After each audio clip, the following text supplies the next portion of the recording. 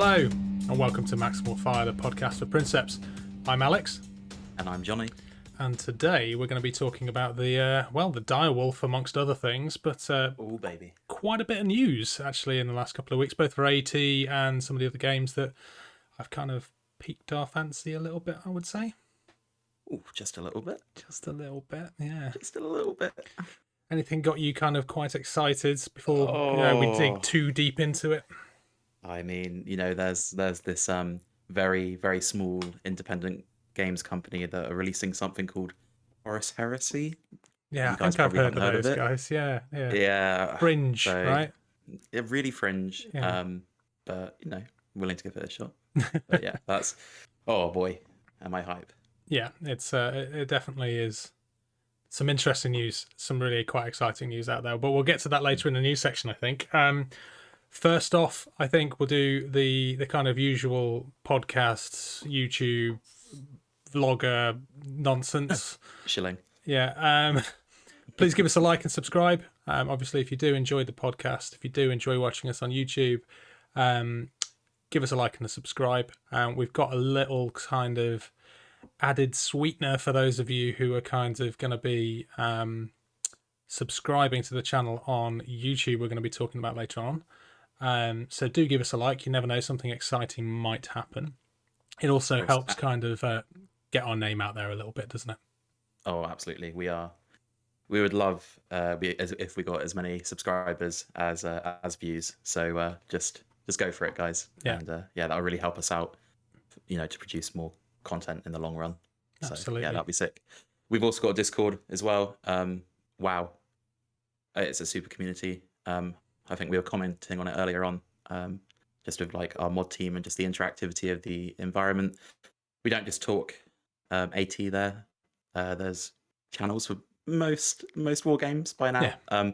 And if you join and a bit of slice of your hobby isn't a channel that you can dump text and pictures in and have a bit of a crap talk in, just let us know. We can set up a channel. But yeah, really, really cool environment, and people are super welcoming. So think about joining our Discord. All the details for all this stuff will be linked in the show description below. I think generally what happens is if, like, because you and I are obviously the admins of the Discord, whenever we start playing a game and we want to start talking about stuff, all of a sudden a new channel appears. Oh wow! Yeah. What happened there then?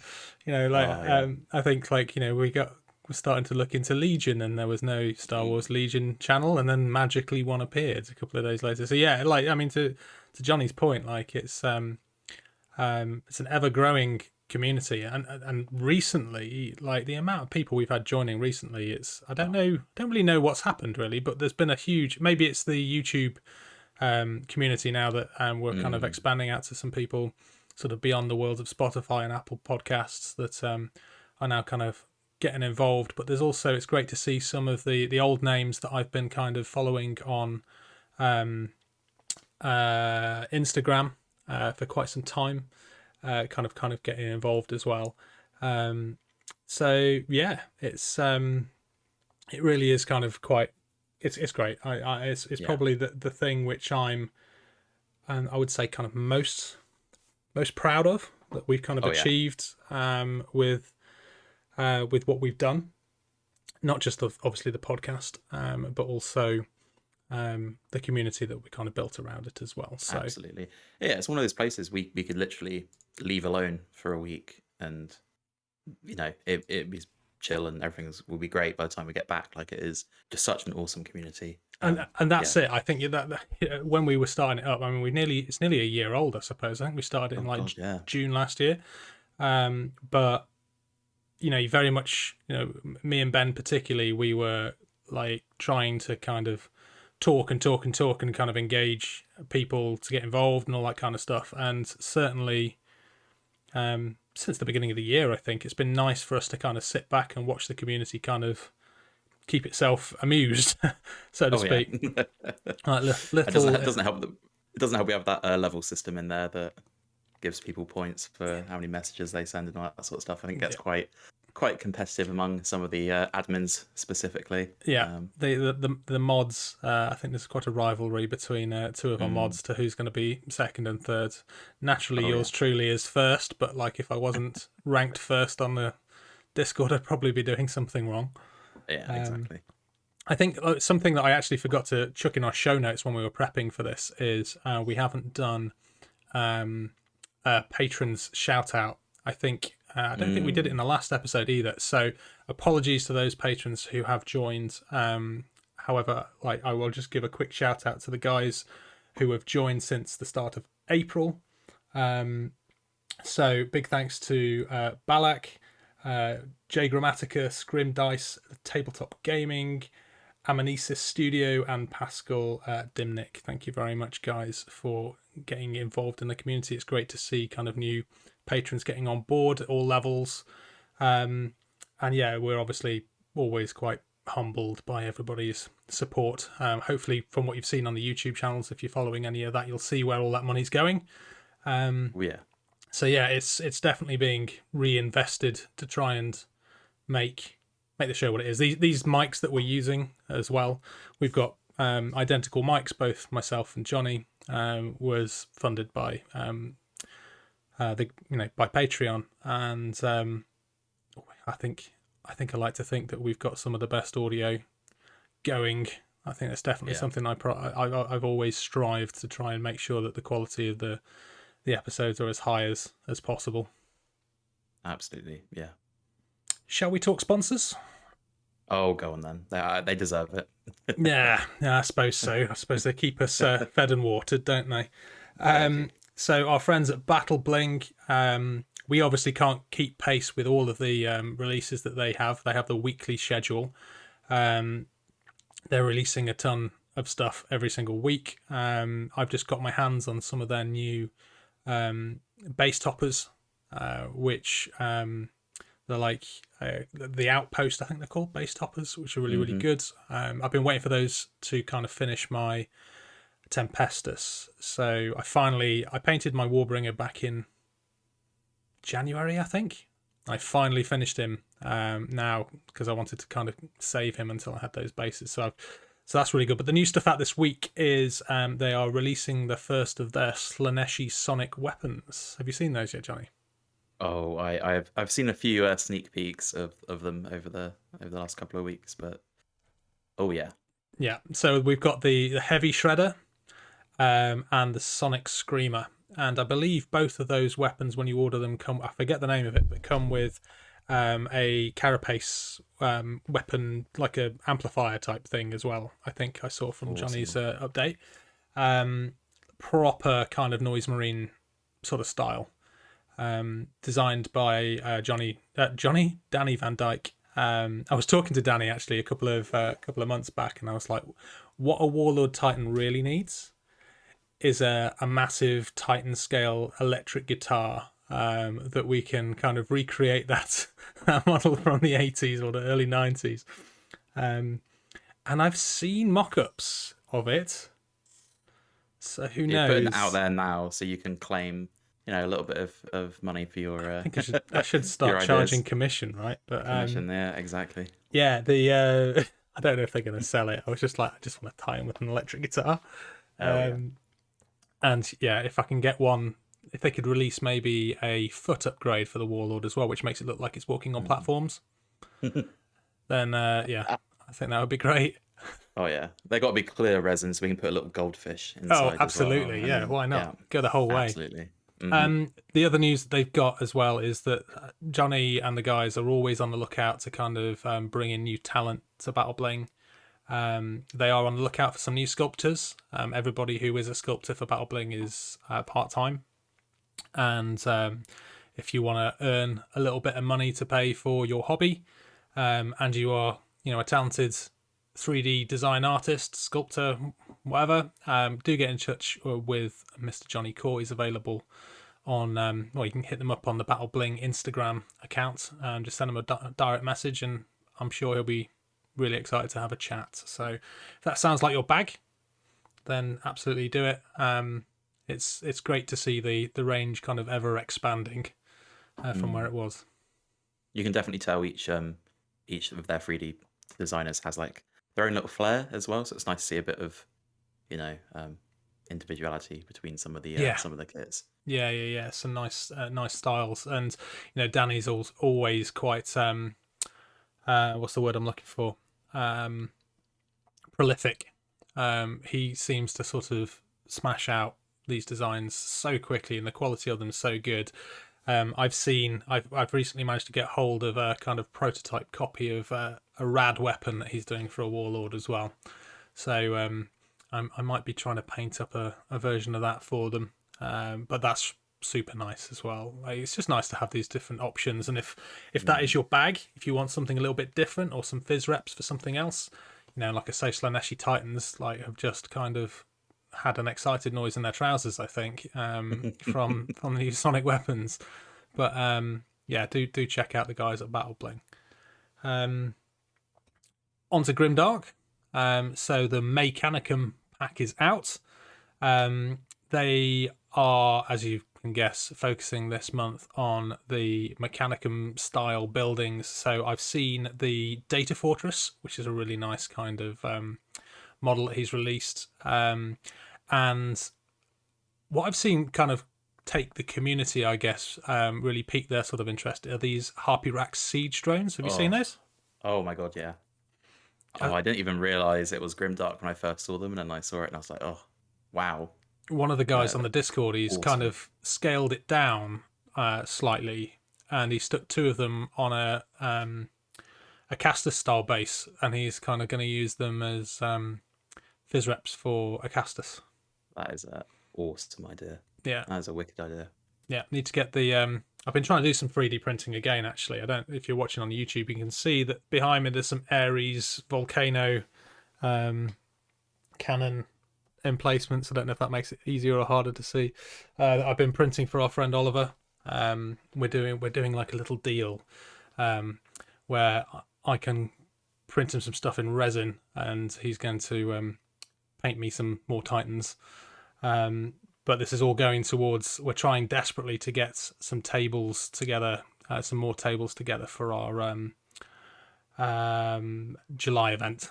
So it's kind of all hands to the pumps with anybody who's kind of wanting to paint terrain for us so that we can kind of get those tables ready. Yeah, kind of using and abusing our friends to paint things up for Maximal Fire tables.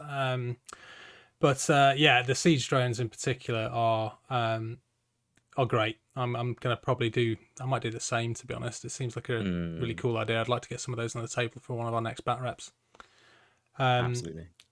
I'm not sure if they've been finalised yet, but there was plans for them to release the first of the updates to the excavator kit they did last time. He's doing like a Mechanicum crawler. So that was due to be released. I'm not sure if that's released yet, but he always usually goes back in if it's not, and the packs, if you've ordered them, get updated at a later date. But yeah, trying to get my resin printer up and running to cram out as much terrain from Grimdark as possible for the next event that we got in July. But the weather, unfortunately, is not playing ball at the moment, and as always, it comes down to time and an effort, right? So it's hoping to get at least one new board if Oliver can paint that table up in time. And of course, it has the added benefit of it then goes on the show afterwards as well. It gives us more. Oh yeah. Gives us more terrain to put on our battle reports. But maybe two. I've been trying to do my own as well. Another board using some of his the industrial pipelines that he released in April, and they're really nice as well. So yeah, great stuff coming out of Grimdark as always. I've always, when it comes to terrain at an event, it's always nice to see lots and lots of tables of Grimdark. And I think, what was it, probably nearly 50% of our tables at the last tournament was Grimdark. I mean, not all of it was our own. We had quite a few people who kind of donated tables. Some as far down as came down from Tynesides and provided a couple of tables. They're doing the same this time round. But yeah, it's great to kind of replace, the cardboard with some resin. Oh yeah, And it does it really does level up the kind of gaming experience, I think, when you have some quality terrain to play around with. absolutely. Everyone brings awesome models, and so where would they be without some really sick terrain as well? Absolutely. And if last event's anything to go by, this next event's going to look awesome. Yeah. Well, we're pushing our luck a little bit at the moment. We're aiming for 40 people, so that's 20 tables. So that would be 7 more tables than we had last time. So yeah, I know we've definitely got, I think it's 2 or 3 more Grimdark tables, which are coming in the process of being made. And then we do have plenty of backup tables as well. But the more plastic and resin that we can replace the cardboard with, the better. So yeah, check out Grimdark if you're looking for terrain. They do some really cool stuff. Shall we move on to the news? Oh yeah. So first off in the news, I splattered my face all over Instagram and our Facebook socials the other day. We are doing a little bit of a giveaway for the show. So we've got 24 of our Maximal Fire branded custom dice, which are in bright day glow orange and have a nice little Reaver symbol on the 6. It's very cool. You're never going to lose them on the table. They also have been blessed by the dice gods to always roll 6s and never roll 1s, so they're perfect for Maximal Fire. I'm editing one of the previous battle reports, and that may be some contradictory information. We're trying to get people to enter the prize draw. We need to oversell this. I promise you won't receive the dice that Alex has managed to curse somehow, because all of the others have rolled really well. All of the others have. Running joke at the last tournament that the dice had been weighted by Maximal Fire because they were running really, really hot, but when Alex gets his hands on them, oof. Yeah, I think I've possibly rubbed the luck out of them or something. Out of that particular set of dice anyway. So yeah, we've got 24 dice to give away. We're giving them, we've got 2 sets of 12. So you've got enough dice to even kind of field your Gatling carapace weapons. What we're doing is we're doing 2 giveaways. So the main one that we're doing is anybody who is a patron of Maximal Fire at the end of June will be automatically entered into a prize draw to win them. That's obviously the best odds of getting your hands on a set of these dice because it's divided amongst our patrons. And that's at any tier, so you can effectively buy a ticket, a raffle ticket I suppose it would be, to kind of get your hands on some of these dice for as little as £1. But if you do want some Battle Bling stuff as well, if you back us at a £3 tier or higher, you can get access to the discounts on Battle Bling. And if you are at £5, then you also get access to your lovely name at the end of the credits on every video that we do, and your name in the descriptions as well. So a few little extra perks for those of you who are sort of backing us at the higher tiers, which we're hoping to kind of add to as the time goes on, give away a little bit more, but a little bit more of that to come later. The second prize draw is based entirely around our YouTube channel. So we are we're looking to get to 500 subscribers of the YouTube channel. We're pretty damn close. As soon as we hit 500, as long as your name is publicly visible on YouTube, I know you've got settings that you can turn that off. We're going to do the same. We're going to basically take a draw out of all 500 people who have subscribed to our YouTube channel. This seems to be quite a lot of manual work, as there's no decent way of exporting the subscriber list from There's YouTube, a few things we can run. There's a few things we can run. We're committed regardless. We're going to make it work. And yeah, one lucky person will be getting a set of those as well. So slightly lower odds on that, but it's a free to enter competition essentially, as long as you like and subscribe us on the YouTubes. And if you're a Patreon and you're subscribed to us, you get two shots at it as well. Yeah, exactly. You'll get so the end of June will happen. That the Patreon will happen regardless at the end of June, and the YouTube subscribers will happen whenever that happens to happen. So we'll basically take a cut at the end of the day at the point that we hit 500. So it might be that we're at like 510 or something, depending on if we get flooded. But we'll take it at the end of the day as close to when we hit that 500 as possible. So yeah, get yourself your hands on some definitely not cursed excellent dice, with a couple of very, very simple steps to take. Awesome. Right, take a breath. Birthday time. Yeah. Oh, so yeah. this is a little bit late. We've already missed our official birthday because our official birthday was February. So February 2021 was when me and Ben recorded the first ever episode of Maximal Fire. So what we thought we would do is maybe do something related to our Patreon birthday. And we've also kind of missed the official start date of that as well. So we've been that organised. We've got other things going on. Painting terrain. Busy. Yeah, there's stuff going on. Filming battle reports and painting terrain up for tournaments. But yeah, it's we decided that we want to do something to kind of celebrate the fact that Patreon has been open for a year. We've also got a number of individuals, and there's more kind of coming up, who've been backing the channel for 12 months. So, which is incredible. Like some of the people who've been with us since the very beginning. So big thank you to everybody who has celebrated a year backing us. And, you know, to those of you who are only probably a few weeks away, of which there's another swathe of people, your support is obviously massively appreciated. But we thought we want to do something special for our birthday, our Patreon birthday. So we are working on some ideas at this. I can't really say anything more because I don't want to overcommit now until we've finalised it. But we are hoping to be able to kind of, well, we're working with the guys at Battle Bling to do something to say thank you to our patrons. So yeah, more on that kind of when it's ready to be announced. But fingers crossed. I mean, if the ideas I've suggested have come to fruition, it's going to be pretty damn awesome. So yeah, I mean, if you don't want to miss out, FOMO is real, right? You might get something nice in the next couple of months if you're a patron supporter of Maximal.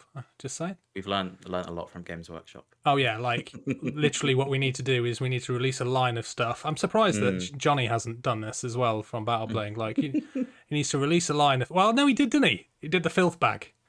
You know, here's our line of limited edition stuff. Yeah. That you can only get your hands on, a bit like the Necromunda cards. These cards are not limited edition. However, we're only going to support them for 5 minutes. Yeah. Oh man, so many missed opportunities. If you want any Necromunda cards, I've bought most of them and never used half of them, so I'm thinking I should probably offload it and buy myself a new car or something. How much do they sell on eBay? I was going to say, yeah, you probably have a more luck trading in Necromunda card stock than you do actually the actual stock market. Yeah. So bear that in mind when more Necromunda cards come out, because there's more kind of return on it than putting your money in an ISA, that's for sure.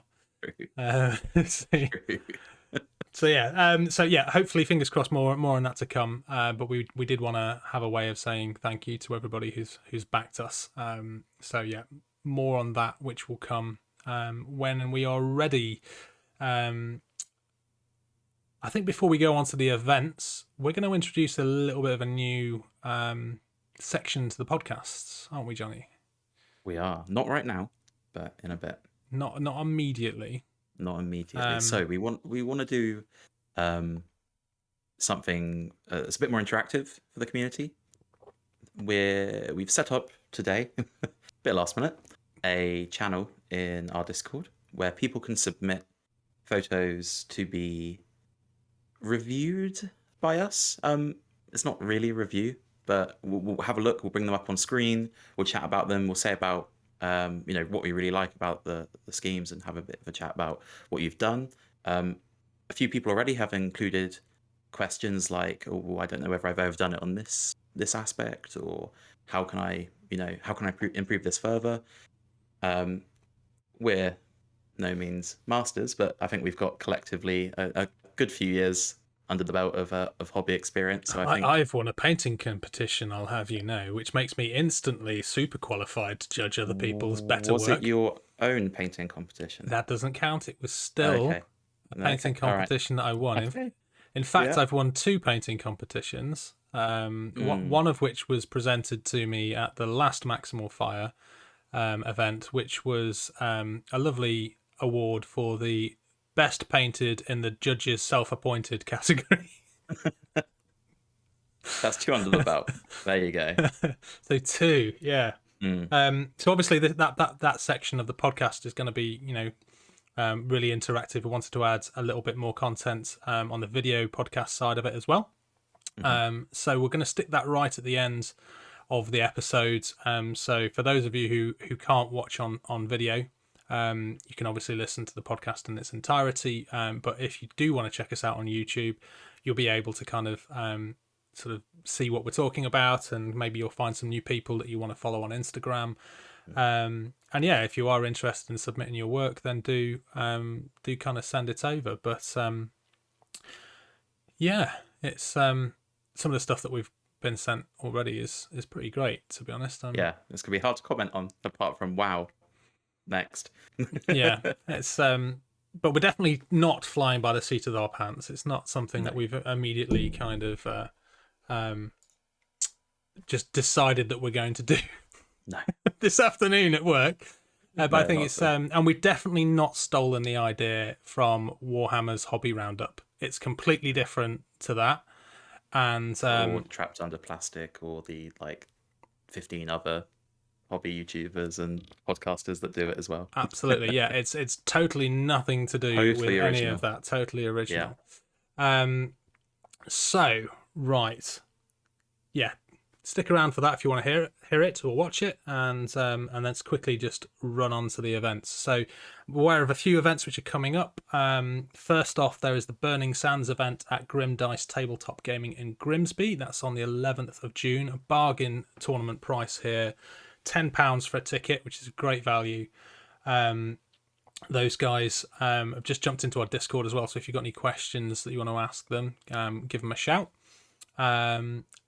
Then after that, there is Questionable Loyalties, which is in the Winnerish Community Centre in Reading. That's on the 5th of July.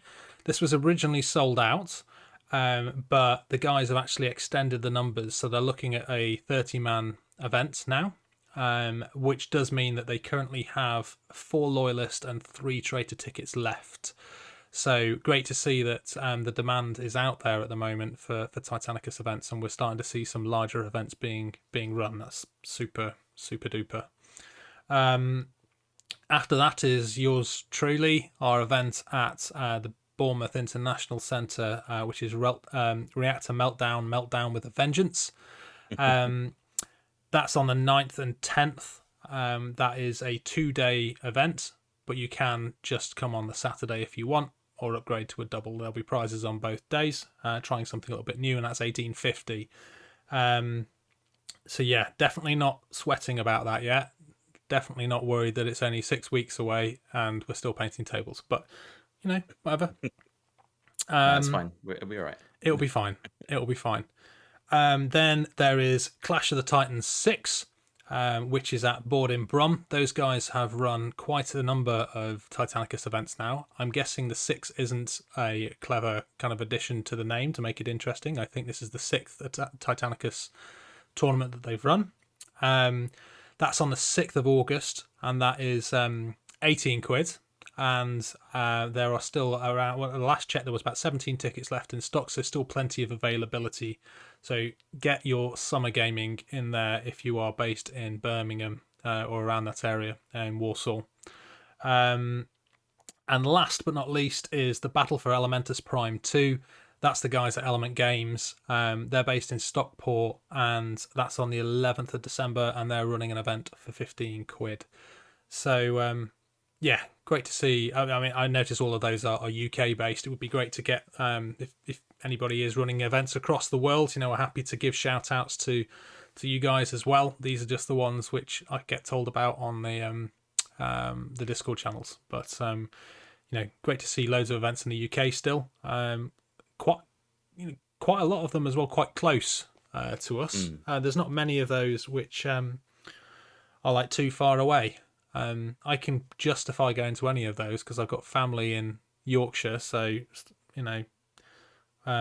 Stockport isn't too far away from Huddersfield, and got families in Nottinghamshire, so Grimsby's not a million miles away from that. It's, I'm not committing to anything, especially not committing to the questionable loyalties one in Reading, because that's the week before our event, and the wife probably will not be impressed with two. Might be pushing it a bit there. Yeah, it might be. But yeah, let us know if you've got any events. We're happy to give you a shout out and see if we can kind of get some tickets ordered for you. Right. Sick. So, Loads of events. Yeah. So, do you want to talk about the battle reports? Oh, yeah, they're pretty cool, aren't they? Yeah. How's the editing going on those? Well, one is currently in its very long rendering cycle. So, yeah, we've got 2 battle reports coming up relatively shortly. We've switched to a film 2 in 1 day format now that we're doing the podcast over the internet. Freed up a bit of time during the day. First one was essentially a Adeptus Titanicus starter box versus an Adeptus Titanicus starter box. That's a lot of words. Essentially, just highlighting everything you get in the insane value box sets that they contain, and that's going to be coming out. I'm thinking possibly, well, the Friday of this week, depending on when this podcast goes out. I'm going to endeavour to get it out as quickly as possible, but I think the podcast will be out likely slightly after. Okay, so you've already seen that, and it's awesome. And then after that, we have a huge game that I've just started editing as well. 2,500 points, just mayhem on the board at once. It's going to be a nightmare to keep track of what's going on, but we'll get there in the editing side of things. War Master Titan on the field, I think, is always an exciting thing to see. And there are some really cinematic moments, especially towards the end of that one, that just awesome. Really cool. It was nice to play something other than 1750 as well, because even the starter box battle was essentially the third in our series of getting started videos. So we did the unboxing of the starter box. We did the last podcast where we talked about getting into the hobby, and this is like what you can do with literally just buying a book and a starter box, and that was 1,250 points, just straight out of the box. 2 quite different maniples, quite different legios, a lot of fun. And then we went the other way, didn't we, and basically doubled the points at 2,500.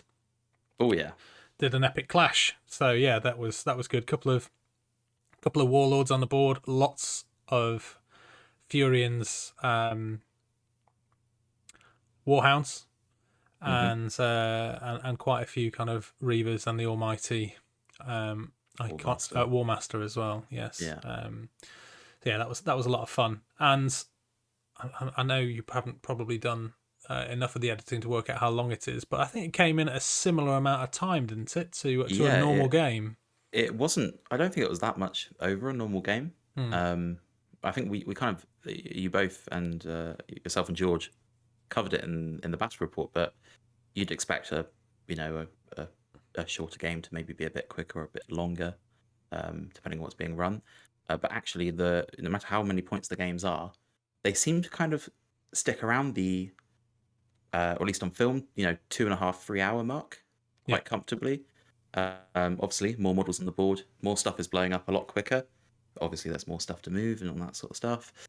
Less models on the board, less things to move and worry about, but obviously stuff isn't blowing up as quickly. So it kind of balances itself out pretty well. I think that's it as well, isn't it? The early movement turns, I think, take quite a long time to resolve. But by the time that you get to turn 3, it's stuff starts dying, and it kind of cascades, doesn't it? Because Oh shields yeah. are down, there's less things to focus on, and stuff just dies a bit quicker.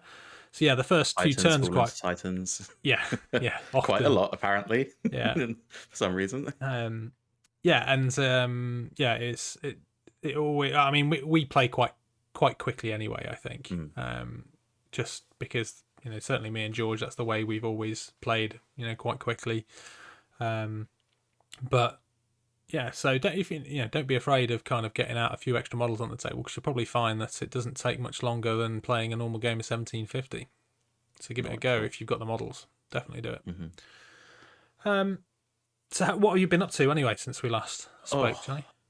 hobby update. Oh wow. When you sit down on your desk, your hobby desk, and you look around at all the different stuff, and you just go, "Bugger, I have too many models, and not enough time." And you sit there spending so much time wondering what you're gonna hobby on that it suddenly gets to like 11 o'clock and you have to go to bed and you rinse Yeah. and repeat each day. That's basically like perpetually me at the moment. Which I need to break out of for news that's going to be coming up in a bit. But yeah, oh, man, Star Wars Legion May the Fourth bundle. I was never going to get into that game, but that bundle was too good, Yeah. too good. And so I went for it. Alongside a few existing projects, some kill team stuff I've been trying to put together. I had this far off fantasy that I was going to repaint my Tyranid army, which if anyone has ever collected Tyranids or seen Tyranid armies, it's a lot of models usually. So they've been shelved. And then I then made the decision of finally getting an iconoclast for my Volpa. Hell yes, but also because I like to mutate the ever-living crap out of my models for Volpa, it's taking about double the time to build and paint. So I've kind of it's a bit first world problems, but there's a lot of hobby on the plate. I always enjoy seeing Yeah, your corrupted stuff as well. Like your Volpa are lovely. It's going to be great to see what you can do with a massive, great big iconoclast. there's a lot of canvas. That's all I'm going to say. It's given me too much option. I've had Yeah. to kind of restrict myself a little bit with Well, you don't want to there's a go fine balance. too over the top, do you? No, Because you don't want it to turn into a cartoon. no, no, exactly not. And by the end of it, if you go crazy, I've seen not specifically Titanicus, but I've seen kind of mutated, corrupted models that basically you would be surprised if there was actually a full model underneath it. It's 90% green stuff and Milliput. And I think it's good to kind of balance it a bit and make it, I guess, realistic in the sense of rather than here is my hentai titan. yeah, exactly. Yeah. I mean, the Battle Bling Slanesh stuff's coming out. I'm sure we're going to see plenty few of those in the near future. But yeah, man, just too much models, not Absolutely. enough time. Yeah. Even thought about selling some the other day, which Really? I know it's that bad. This is not my normal desk, and there's a reason I don't film at my normal desk. So yeah. What about you, Alex? I mean, I also got wrapped up in the FOMO, which was the Star Wars Legion May the Fourth bundle. So if you missed out on that, it was crazy. Like you bought a starter box, and you got like 100 quid's worth of models for free, essentially.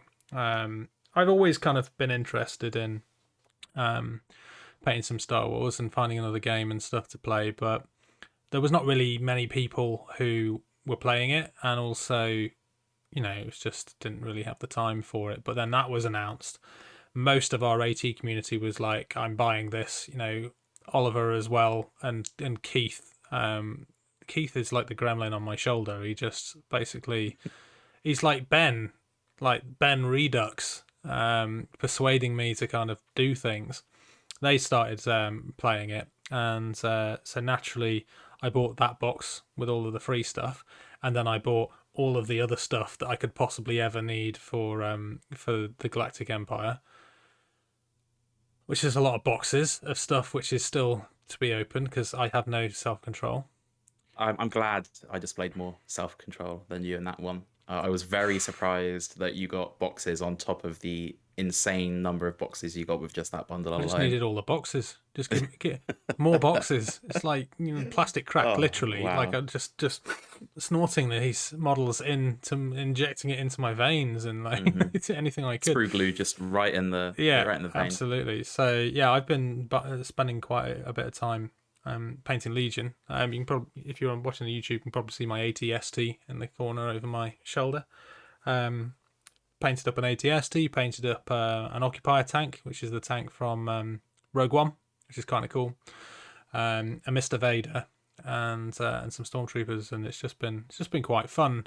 It's been nice as a little bit of a palate cleanser, to be honest, because I was in a bit of a hobby funk towards the beginning of the year. Trying to, literally all I painted for the best part of 2 years was Titanicus, and my Tempestus weren't sort of going along as quickly as I thought they were, and it's just been nice to try and paint a little bit of something else in the meantime. But I tell you what, the Direwolf, the announcement for that has got me kind of right back in, and I am raring to go with painting some Titans again. So hopefully in the next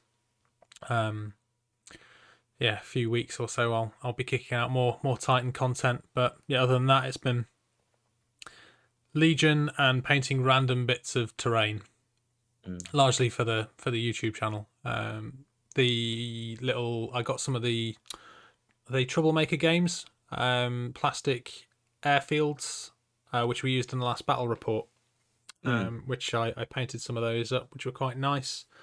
They went on our board that we did for the 2,500 point game, and yeah, just otherwise kind of just ticking along, trying to make a few more videos for the YouTube.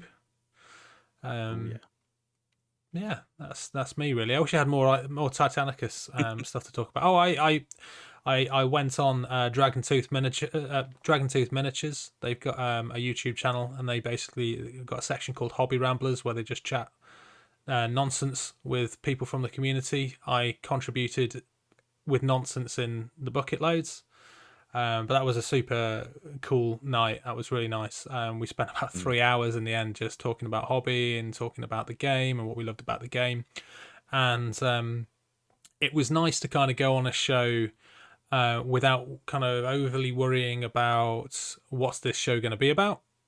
What sections are we going to cover? And literally, I just talked nonsense for 3 hours, and got excited about Titans. So yeah, check those guys out if you want to hear 3 hours. They've split it up into 3 episodes, so it's not quite just an epic 3 hours of me talking rubbish. But yeah, it was super fun. Really nice guys. Very thankful to be given the opportunity to kind of go on a few other YouTube channels. Yeah, if you're looking for something else to listen to, hit up Dragon Tooth Miniatures. But that was my hobby update since last time, really. It's only been a few weeks since we got together before to talk Titans. Yeah, it's but what a few weeks it's been. Yes. So there was one other than the obvious Direwolf excitement, which hurt my wallet bad, man. We've obviously been waiting for that for since middle of January, I think was when that was announced. But I don't think anybody was expecting it to drop this month, and it kind of got bundled in with the by the way, next week we're releasing all of these things, and it was like tons of stuff on there, like Underworlds. What else was on there? Underworld's, Lord of the Rings, Titanicus, Blood Bowl, like the little sheep rider dude for halflings.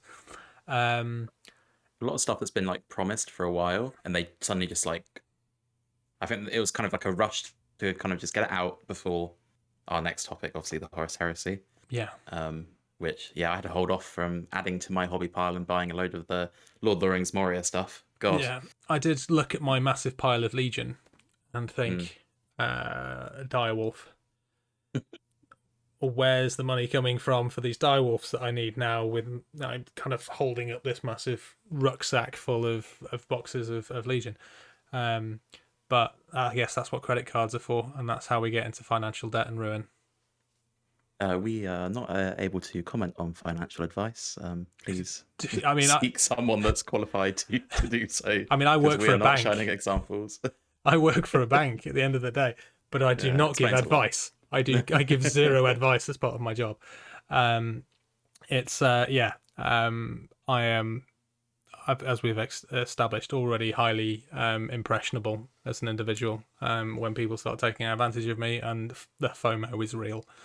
And congratulations, Games Workshop, for the financial destruction of multiple people around the world on a regular basis.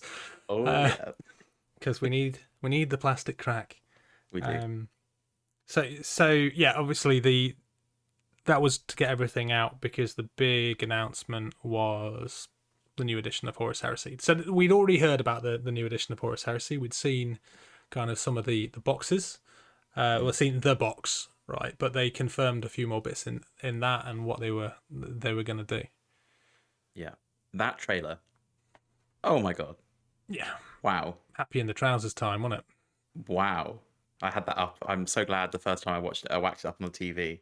I just sat there, just like Oh, one nice. jaw Yeah. just open the entire time. Could not believe it. Rewatched it a couple more times, possibly. Yeah, man, that's sick. I kind of was like enjoying it quite a lot, but it was when the orbital lance strike hit the Warlord Titan that I was just like, oh, daddy. So much Titan action. They really got me. They really did. But there was no new news for Titanicus, which I think there was quite a lot. I mean, I even stuck up a meme of the John Travolta kind of looking around, lost.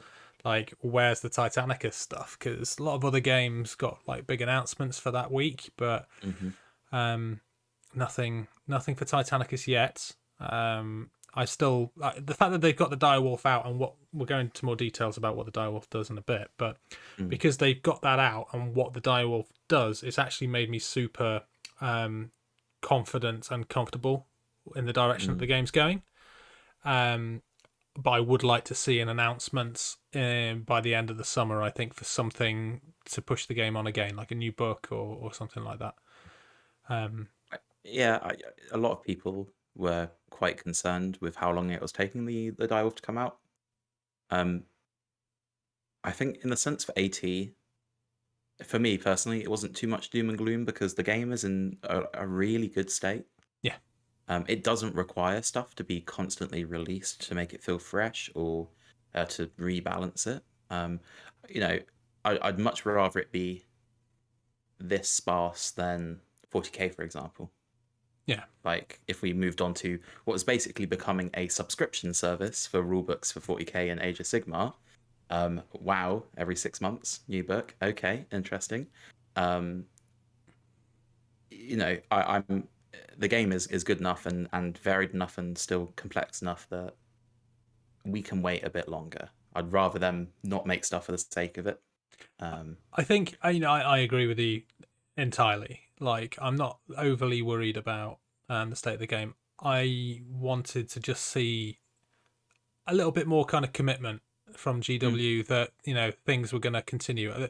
I think when the starter set boxes started to dry up, and people were struggling to get hold of starter sets, and they were struggling to get hold of Titans, that did start to concern me a little bit, because it's like, are they winding down the stock? Like, what's going on? I mean, I know like for the last year and a half, right, it's been like, oh, production is slowed down because of COVID and stuff, but like I would have expected by now for things to be kind of starting to get a bit more on track, and I was a little bit worried, and it was super frustrating as somebody trying to get people to play more AT, when I'd give people demo games and then say, oh, by the way, you won't be able to get a starter set for at least another month.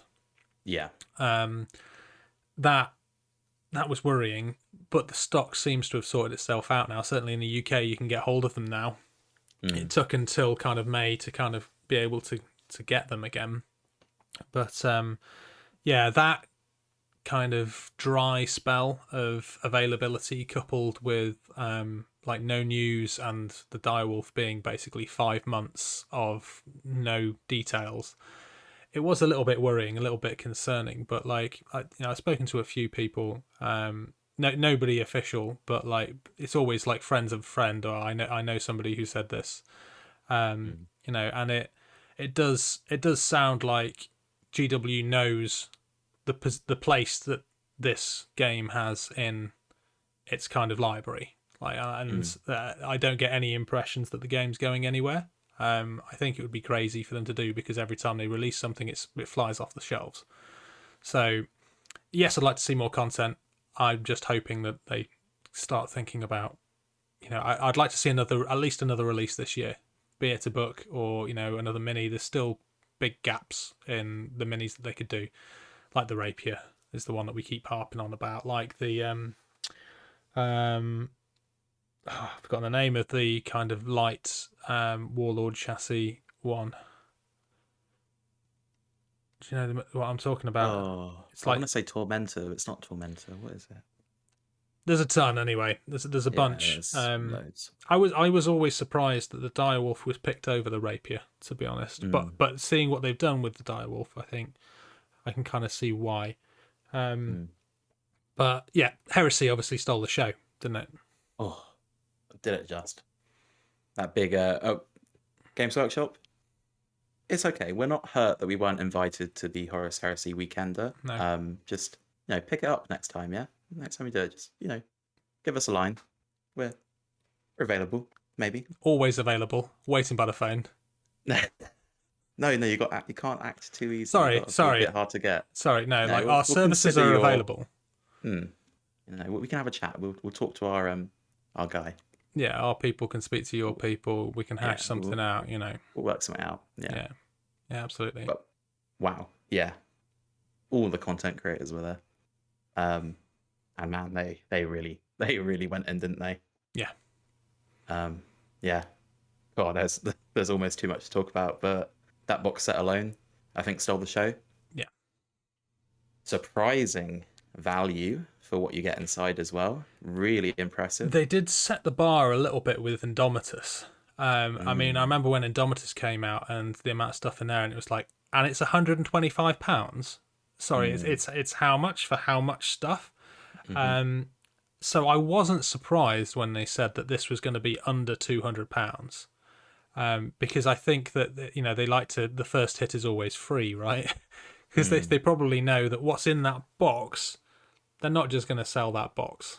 They'll sell that box, and they'll sell the upgrades, packs. They'll probably sell a few extra tanks and stuff. And it's a very clever way of doing it. And I don't know how much truth there is in this, but from what I've heard is that this isn't going to be an Indomitus, single run made to order. This is going to be a box set which is going to continue through like the life cycle of Heresy, which I hope is true, because if everybody, like, it's the scalpers, man. That's the thing, which when they do these things which are limited run, and they really did do a big middle finger to the scalpers with a made to order on Indomitus, well done GW. That's how you deal with it. But it's good when you get something as good value of that. Not everybody's going to be able to afford it on release, so it's good that those people who might need to wait to Christmas, or might need to wait until a birthday or something, get that opportunity. So I really hope that there's truth in that. I really hope that it is going to be around for 40 Mark 6 Space Marines. Like, I mean, there's been a lot of people. They're great. They look awesome. They are great. They're great. There's a lot They're awesome. They're wicked. Quite a few people I've seen kind of saying, "Oh, I have Iron Warriors. Why do I want my Mark 6 Corvus?" Well, I mean, it was the armor which was mass produced at that particular time. It was in production at that time. Every Legion would have had access to it. Maybe your Legion did have a greater amount of Mark 3s, but like, there's nothing in canon which says you can't. Like, it's your decision and aesthetic at the end of the day. They've taken the older Mark plastic kits off the shelf, and they confirmed in the Weekender that they're going to be re-releasing Mark 3 and Mark 4 in 20-man units in redesigned packaging to obviously suit the new edition. So there you go. If Mark 6 isn't, and I get it. I'm not a huge fan of the Corvus helm. I've actually might have ordered 40 replacement Emperor's Children's heads and possibly shoulder pads as well, to replace those Corvus heads with. But man, just the armor and the very slight increase in scale that isn't noticeable too much around kind of existing Mark IV, Mark III bits that you'll have in your army. But proportion wise just makes quite a lot of difference for how minor it is. Yeah. Is really cool. I mean, aside from what you get in the box, aside from the fact that we're getting a plastic Sikaran, the new tank, the Kratos, or the Kratos, which just looks awesome. It's a great looking tank. We're getting the old school Demos rhinos in plastic again. I think that they're still considerably bigger than your old 1990s versions.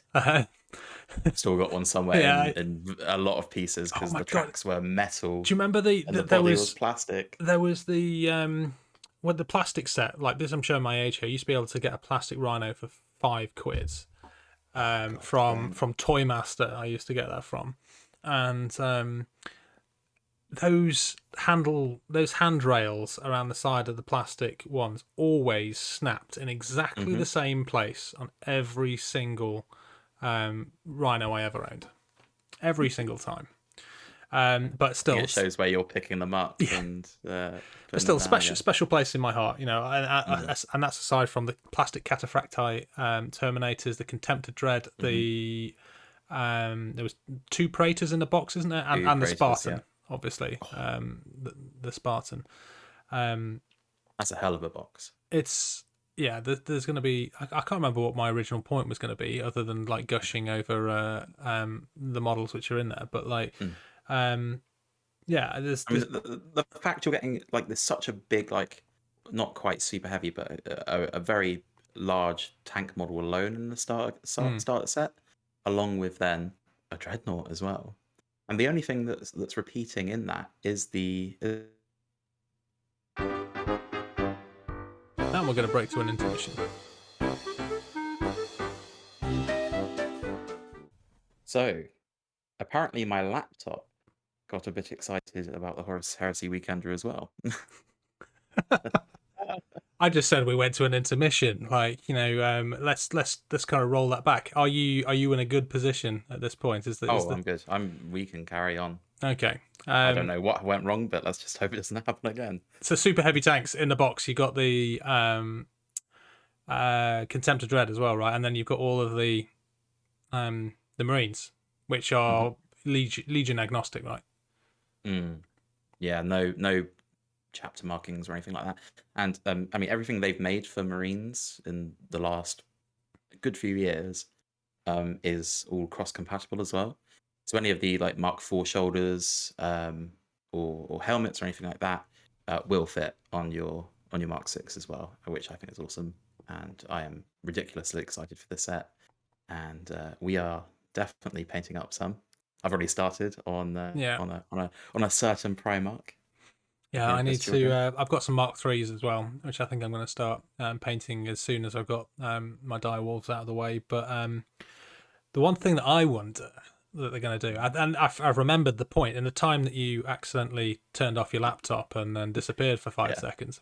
I remembered the point that I was going to make about scale creep. And now, are we getting to a point where a Primarch's going to start to look a little bit dinky next to a Marine? Just that little bit smaller against them. You know, I have the Argyle Tal miniature. Oh, awesome miniature, by the way. I would have collected Word Bearers if you weren't also collecting Blood Angels. I think red versus red might be a bit too much for the camera. But Argyle, I mean, I know he's demonically infused and all that sort of stuff, but his demonic form makes the Primarchs look a little bit small. I don't think the Marines are quite there yet to make the Primarchs look small. I think a lot of the Primarchs are in quite dynamic poses where they're like, you know, superhero like sliding to the left and crap like that makes them look a bit more, because they're kind of like contorting their bodies. So I still think scale-wise they look good. The one thing I was a little bit concerned about is the cataphracti. Meant to be big, bulky boys, but I think the Marines in the new set are actually slightly taller than them. So I'm definitely going to be cork basing them, Yes. just to bump them up above the rest of the pack. Well, here's my potentially unpopular opinion, considering that Okay. Jagati Khan was only released about 6 months ago. Mm-hmm. I wonder if they're going to keep the Forge World Primarchs as essentially signature character diorama super nice kits for Forge Worlds and redo the Primarchs in plastic. Don't say that. Don't put that out in the world, please. I I don't think they will. Well, I mean, you've seen what they can do with the plastics, right? I mean, and the Guilliman in 40k is another beautiful model, right? Mm-hmm. And I would, some of them have just got quite weird poses for the battlefield. Mm-hmm. Like some of them look, obviously great. Like the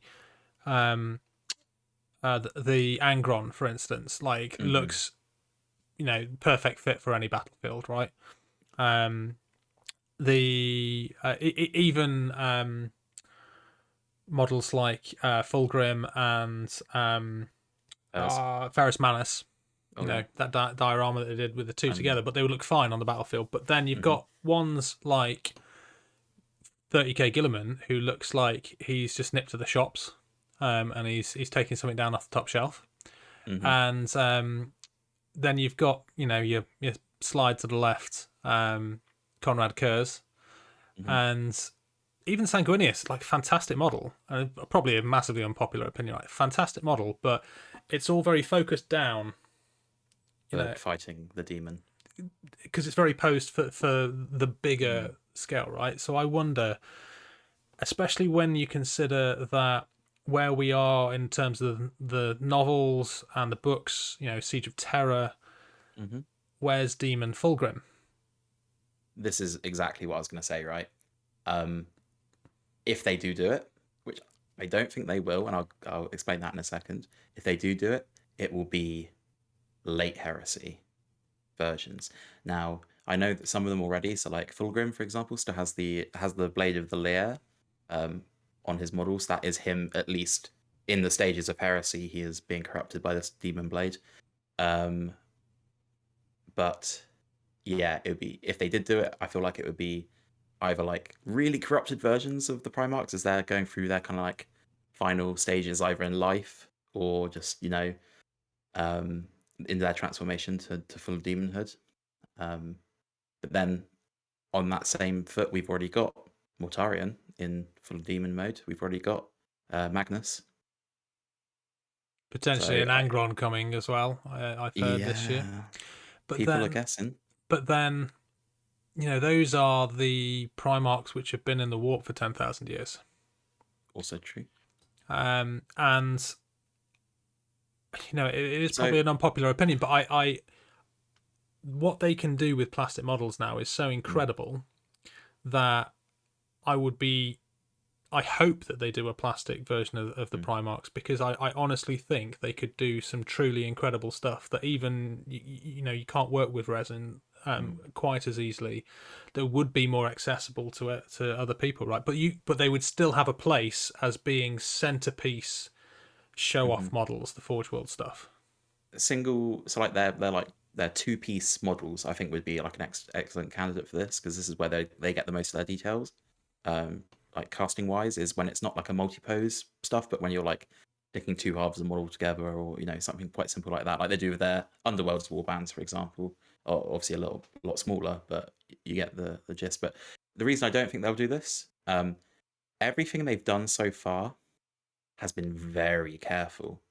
They have tried so hard not to piss off the Heresy community with these releases so far.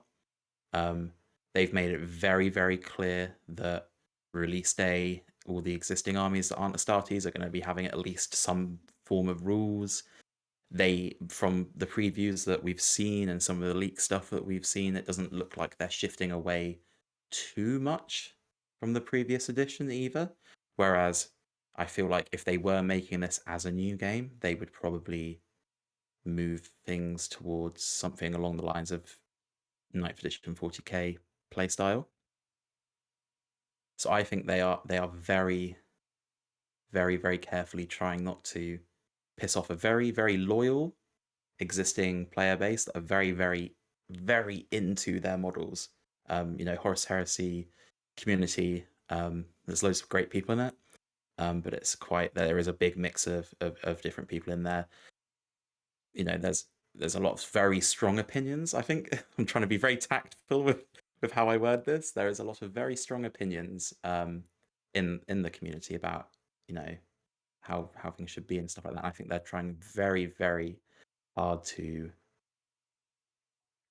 cater to the existing players. Yeah, I don't think they're going to invalidate anything, right? But No. This is an obvious move away from Forge World to plastic.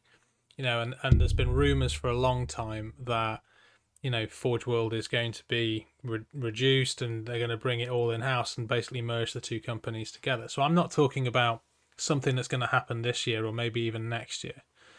But I do wonder, like, as they start to move more of the range slowly into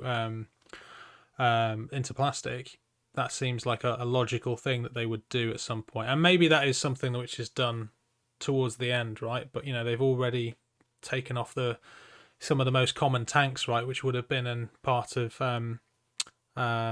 which people would have been buying from Forge World and made them considerably cheaper. Imagine if you bought a Spartan a few weeks before the announcements at the full whack, right? Or if you'd bought a Sikaran tank. I think they're about £100, aren't they, or something? Yeah, not that far off. So there's all. I mean, this the nail in the coffin on that one as well is that after you've spent that ludicrous amount of money, you then have to build a Forge World resin tank, which actually takes years off your life because it is so stressful. When it's going to come out in a much easier format at a significant price. But I don't see any of this invalidating what people have got because they've still got a Spartan. It's just resin. It's not plastic. You might have a plastic Primarch, but that doesn't invalidate your old resin Primarch because probably that's going to be way more fancy and a collector's item. Because you'll have the box and everything. It comes with a little card thing. It's an experience buying one of those models. Like they properly treat it as a premium thing. There'll always be value in that. Oh, absolutely. I just think that I guess I'm just interested to see what more shifts over and what's the next to shift over. I feel like when they run out of stuff to release, because they will do, because they're running out of books now. When they start to actually run out of models that they can feasibly release, they're going to start re-releasing. I think that's probably a good shout there, but like you said, I don't think that's going to be anytime anywhere soon. Probably after Old World, to be honest. Yeah, like phase 2, phase 3 of Heresy or something. But I think anybody listening to this can obviously see that we've had our interest peaked. It's a game that I've always wanted to get into, but the cost of it was always something which was a bit of a barrier to entry for me. Like, it's not that if it was my only game, I probably could afford to play it, but it's not my main game. It's not something that I would just pick up on a whim. It was a severe kind of investment in time and effort and funds, whereas doing this and for what you get for, I think there's been rumours of it being 180 quid. Yeah, that's the nearest rumour I've seen so far.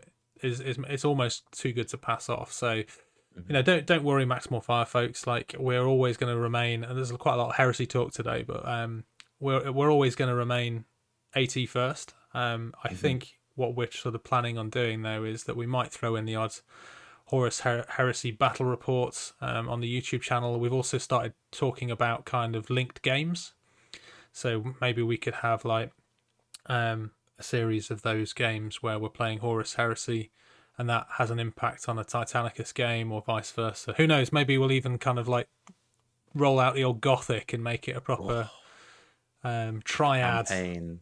Yeah, Narrative campaign. yeah. If that's the sort of thing that you would like, let us know, and we'll definitely give it some thought. Or if you've Say yes.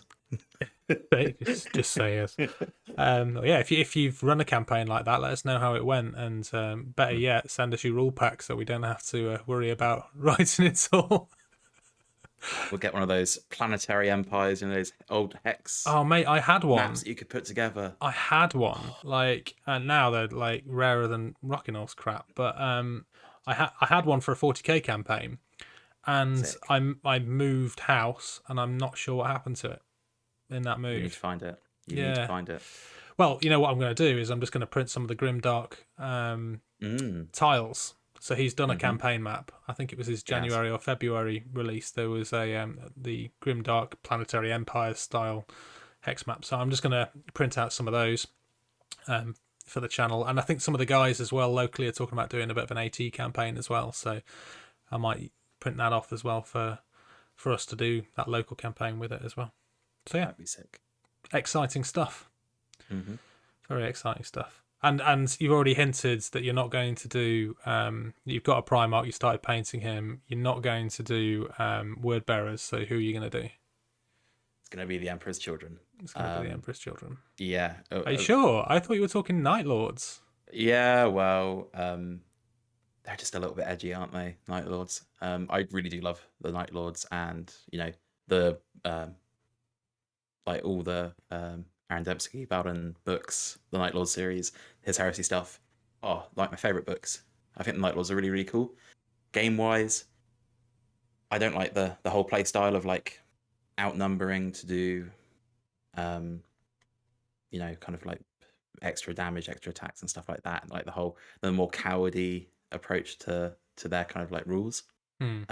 Whereas another my second favorite Legion is. Always been a huge fan. The first Primarch, or only Primarch I've ever bought.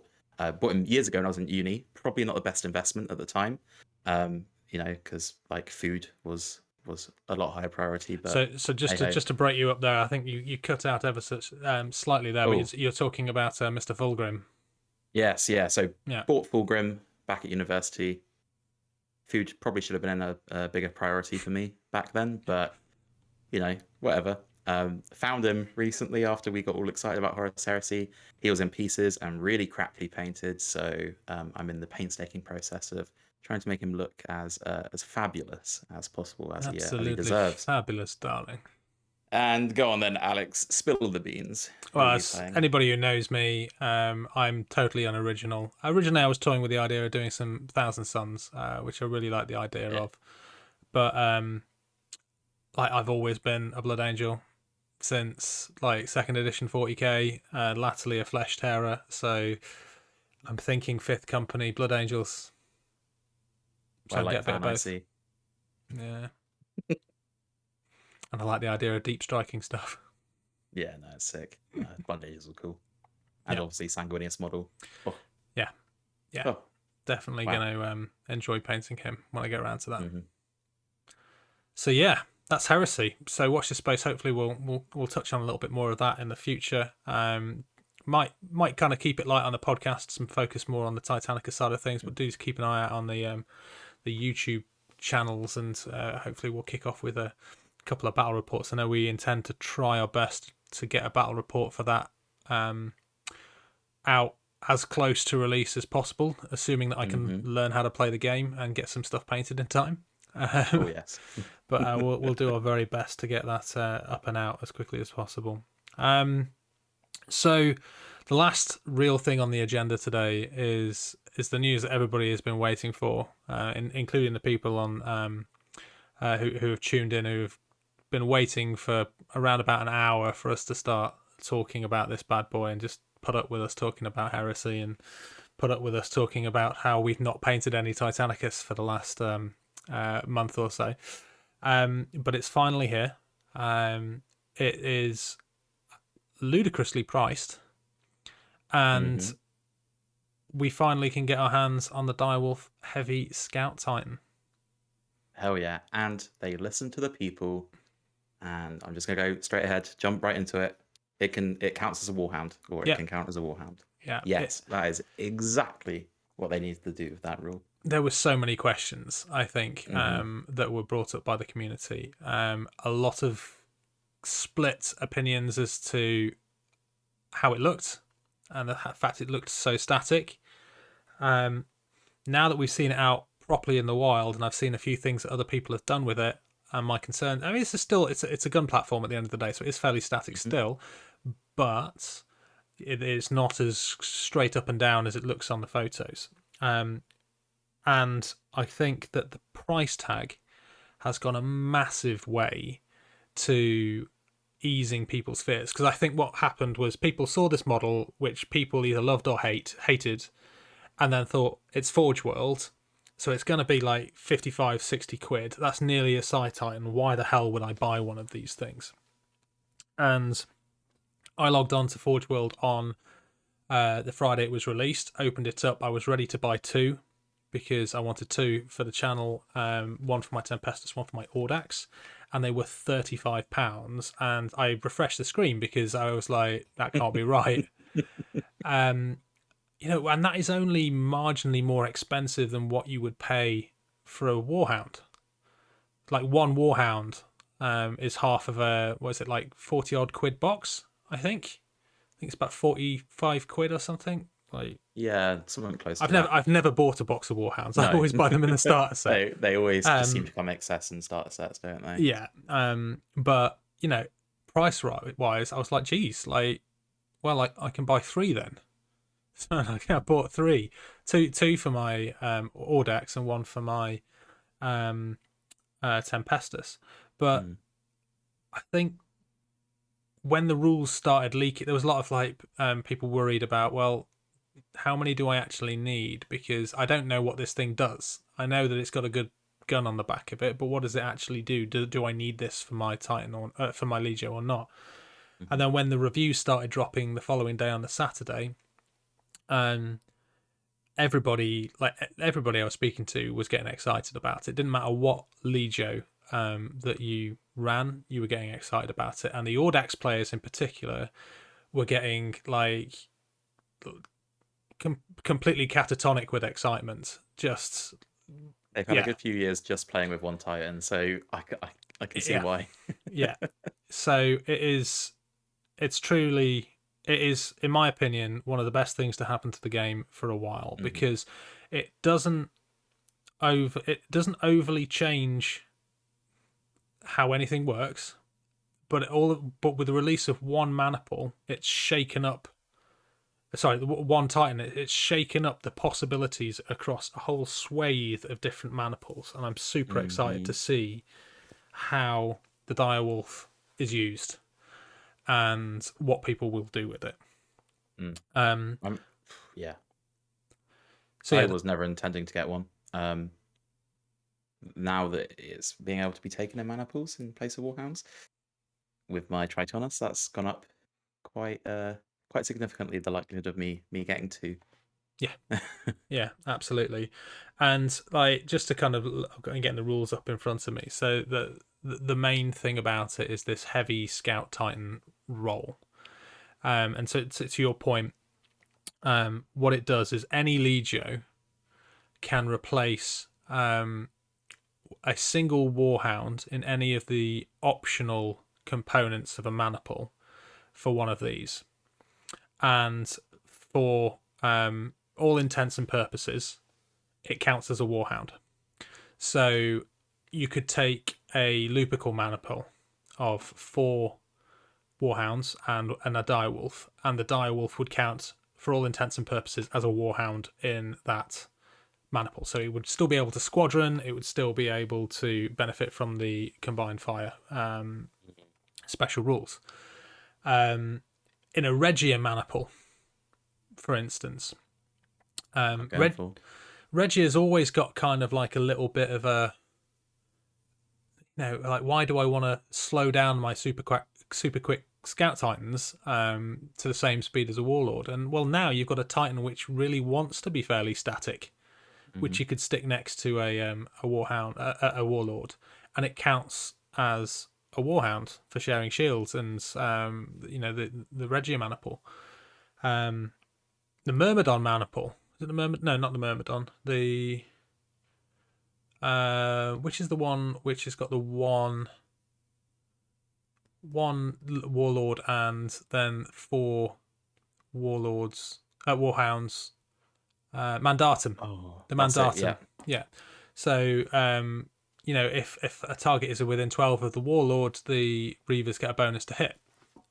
A Direwolf would count as getting that bonus because it counts as a Warlord. A Warhound. God, too many wars. I'm glad this is called the Direwolf. So yeah, like tons and tons of play in like any Maniple which has an optional Warhound. But the biggest, most exciting thing for me and a lot of people is that a Audax Maniple cannot take it to replace a Warhound in the optional. Let me get this right. But what it can do is it can replace a single mandatory Reaver. Oh no, it's a single mandatory Reaver or a single optional Warhound with a Direwolf. So immediately they've gone from being restricted to 2 Maniples to having 5. And finally being able to get the Ferox Maniple in Audax, which is something I've wanted for ages. I was talking about this last year, I think it was, saying what could they do to Audax? It was like, well, give them an ability similar to Gryphonicus where you can swap out one Reaver for a Warhound and give them Ferox or give them those sort of things. They've effectively done that, but with the Direwolf Titan. So you could have a Venator Maniple where you've got 2 Warhounds who will then shoot the shields off, and as soon as the shields drop, the Direwolf with the Volcano Cannon can then take that free shot because it counts as a Reaver for all intents and purposes. Crazy. It's opened up so many new opportunities, and because it's in the mandatory component, replacing a Reaver in the mandatory component, you could potentially be taking 2 Demi Maniples and fielding 2 of these things. So you could take a Venator and a Ferox together, which normally, if it was just 3, I think 3 Warhounds works out about 5 Warhounds is about 1,300, something like that.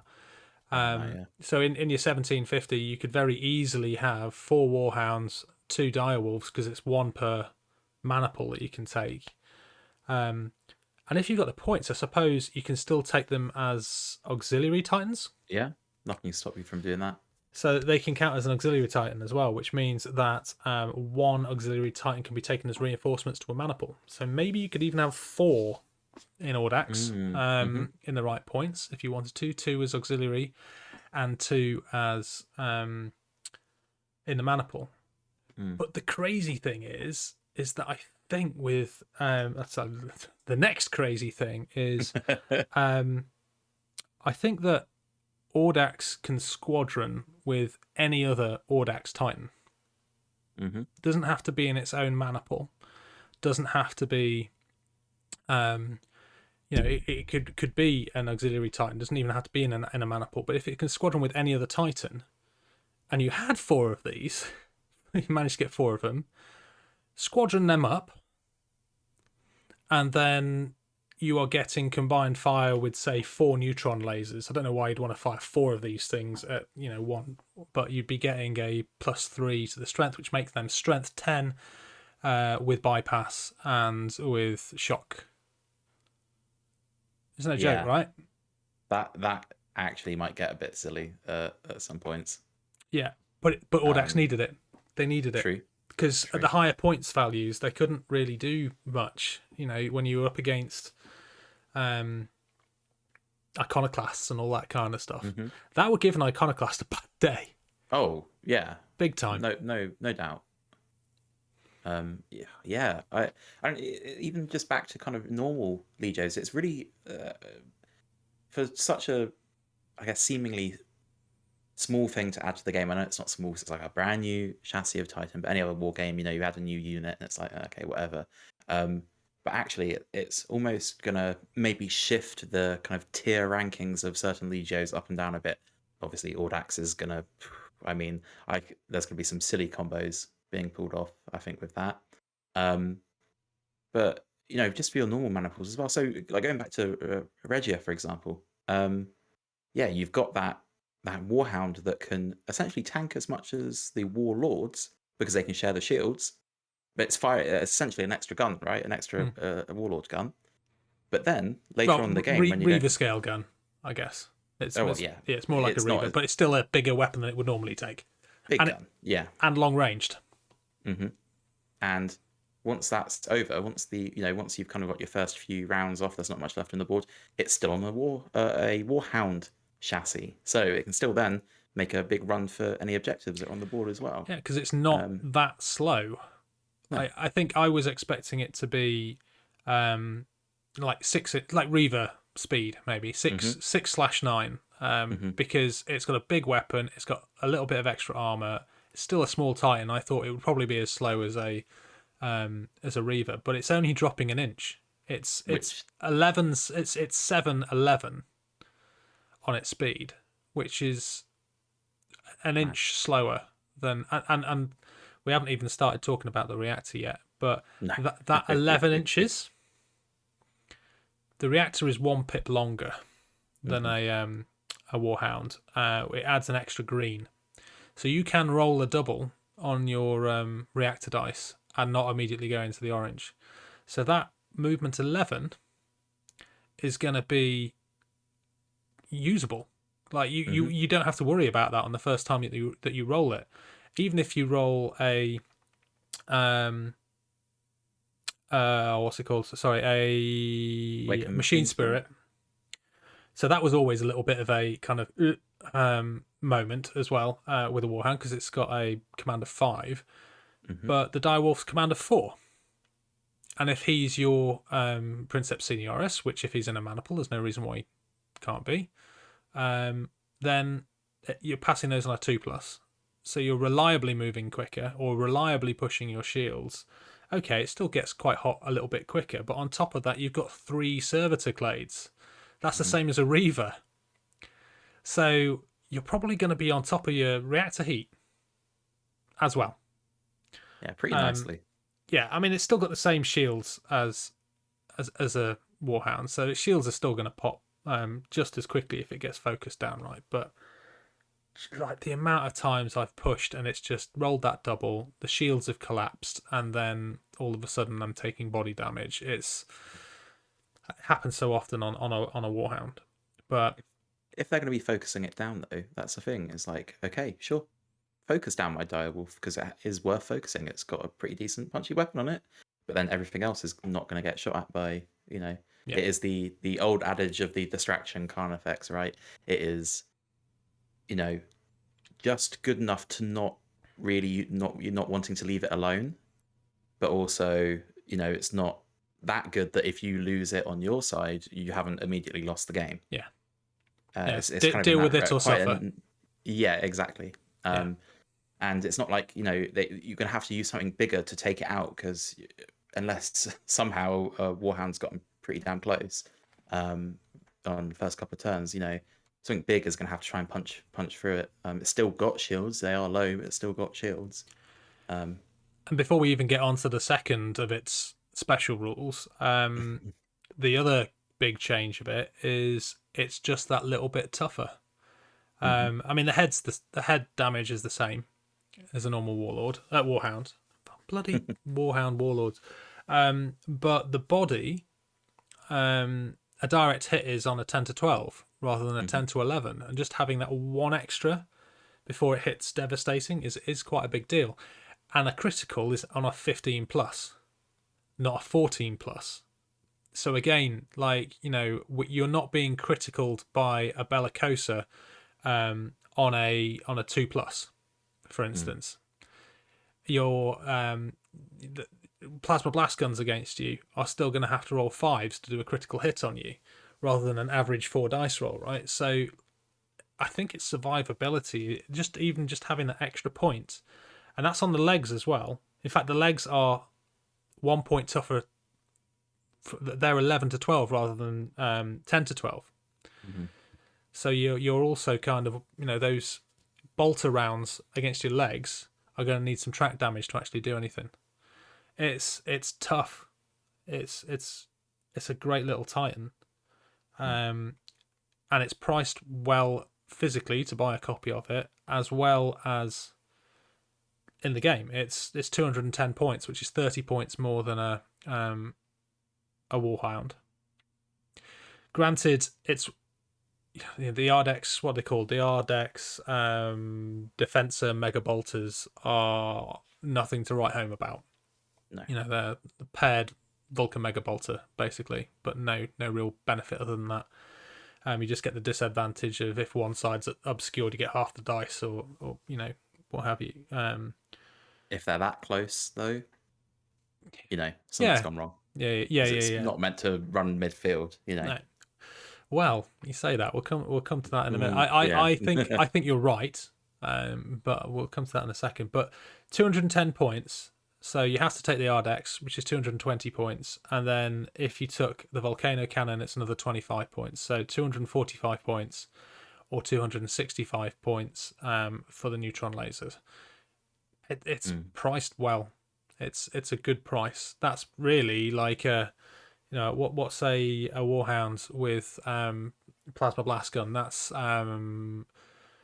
what, 30, 40 for the 35. Is it 30 or 35 for the blast gun? It's about 230 points, isn't it? Something like that. It's 190, maybe 225. If it's 35 points, I can't remember off the top of my head. I'm not going to waste time looking. It's about 30 points, 35 points. So yeah, it's only slightly more expensive than that. So I think that's a good trade off. And the neutron laser is getting +1 accuracy below 30 inches, as is the volcano cannon, and that's new. That's very new.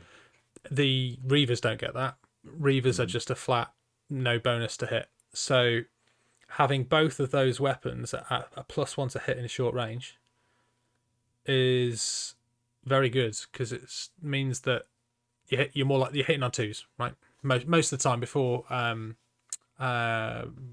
any cover or anything. But when you have a 1 dice weapon, it's nothing more frustrating than missing with it. And yeah, they're both draining, so you need to again manage that reactor. But the volcano cannon, other than that +1 to hit, is a standard one, so good against knights. It's gonna punch a hole at strength 10. They both have arc as well, rather than corridor, which is another great thing. I think we assumed it would be like a corridor, like a warlord, and you have to take gyros or something. But no, both arc. But this neutron laser, man, is where it's at. A lot of people thinking, strength 7's a bit low. It is a bit low, but if something's out in the open, you're hitting on a 2+ with your 1 dice. It's ignoring the void shields, which is mad. Yeah, it just goes straight through the void shields. And anything other than a Reaver, anything other than a Warlord or a Iconoclast, maybe a Warbringer. I think that might be 11. But on the body for a Warhound and a Reaver, it's armor 10. So you're going to be doing damage on a 3-up. And then if you do a direct point of damage, you roll another dice and the shock trait kicks in. So if you roll, say, a 2+ to hit, a 3+ to damage, and you roll another dice on a 3+, that Titan shuts down. Its shields collapse. Doesn't matter how many points of damage, the shields collapse, and then you hit it with everything else. And even if you don't do a point of damage to it, but you still hit it, on a 6+, it still shuts down. So if you passed your 2+ to hit but failed your 3+ damage, you've still got a 1 in 6 chance of shutting that Titan down. And that's going to happen enough times for that to be a thing that happens. Yeah. It's like a really, really good mix of things, right? Because on one hand, it's, you know, you're looking at what you've just explained, which is opening up a Titan potentially with shields down, and shut down for the rest of your force to shoot at. But also, how many times have you know, severely damaged a Titan, even in like the bat reps we've done, right? You've really damaged a Titan, and then boom, the next damage control phase, they've gotten like a point of shield back or 2 points of shield back. You being able to just bypass that and just go for the weak spot, that with the, you know, the bonus damage you're getting from it being absolutely trashed already, you know, that strength 7 easily can go up quite considerably. And if it's within 30 inches and you've got a clean line of sight to it, you know, you're calling shots on a 4-up. On a 4x4 board, a lot of stuff's going to be within 30 inches. Yeah. You're very unlikely to be, you know, out of range with that, especially with its mobility as well. Yeah. And talking about kind of like getting some extra damage, I guess the thing which is kind of really sort of blown each other's mind. I'm reminded of that that meme, right, of the guy which is like, yes, it can be put in any mana pool. It can be it's got a little bit of extra armor. It's got an amazing weapon, and like it's got Stalker. Like the Stalker special rule, man. Like, oh my god. The Stalker special rule basically gives it an unrestricted Canis mana pool trait and allows it to deploy as long as it's 50% obscured anywhere on the board 8 inches away from an enemy Titan. Now, wow, what you were saying earlier, right, is you don't want to get this up in somebody's grill, and I think you're right. I think this will die too quickly for that to be how you want to use it. I don't think it is a run it right up front and use it as a distraction Titan for that reason, right? It being there as a threat enough. But what it does allow you to do is go, you know what? Well, we're playing corner deployments here. I'm going to stick this in the far flank corner behind a big piece of terrain, and I'm going to just hit you with flank shots and gain some bonuses like that. Oh yeah. And that is how I think you should be using this as a forward reconnaissance sniper recon team. Right.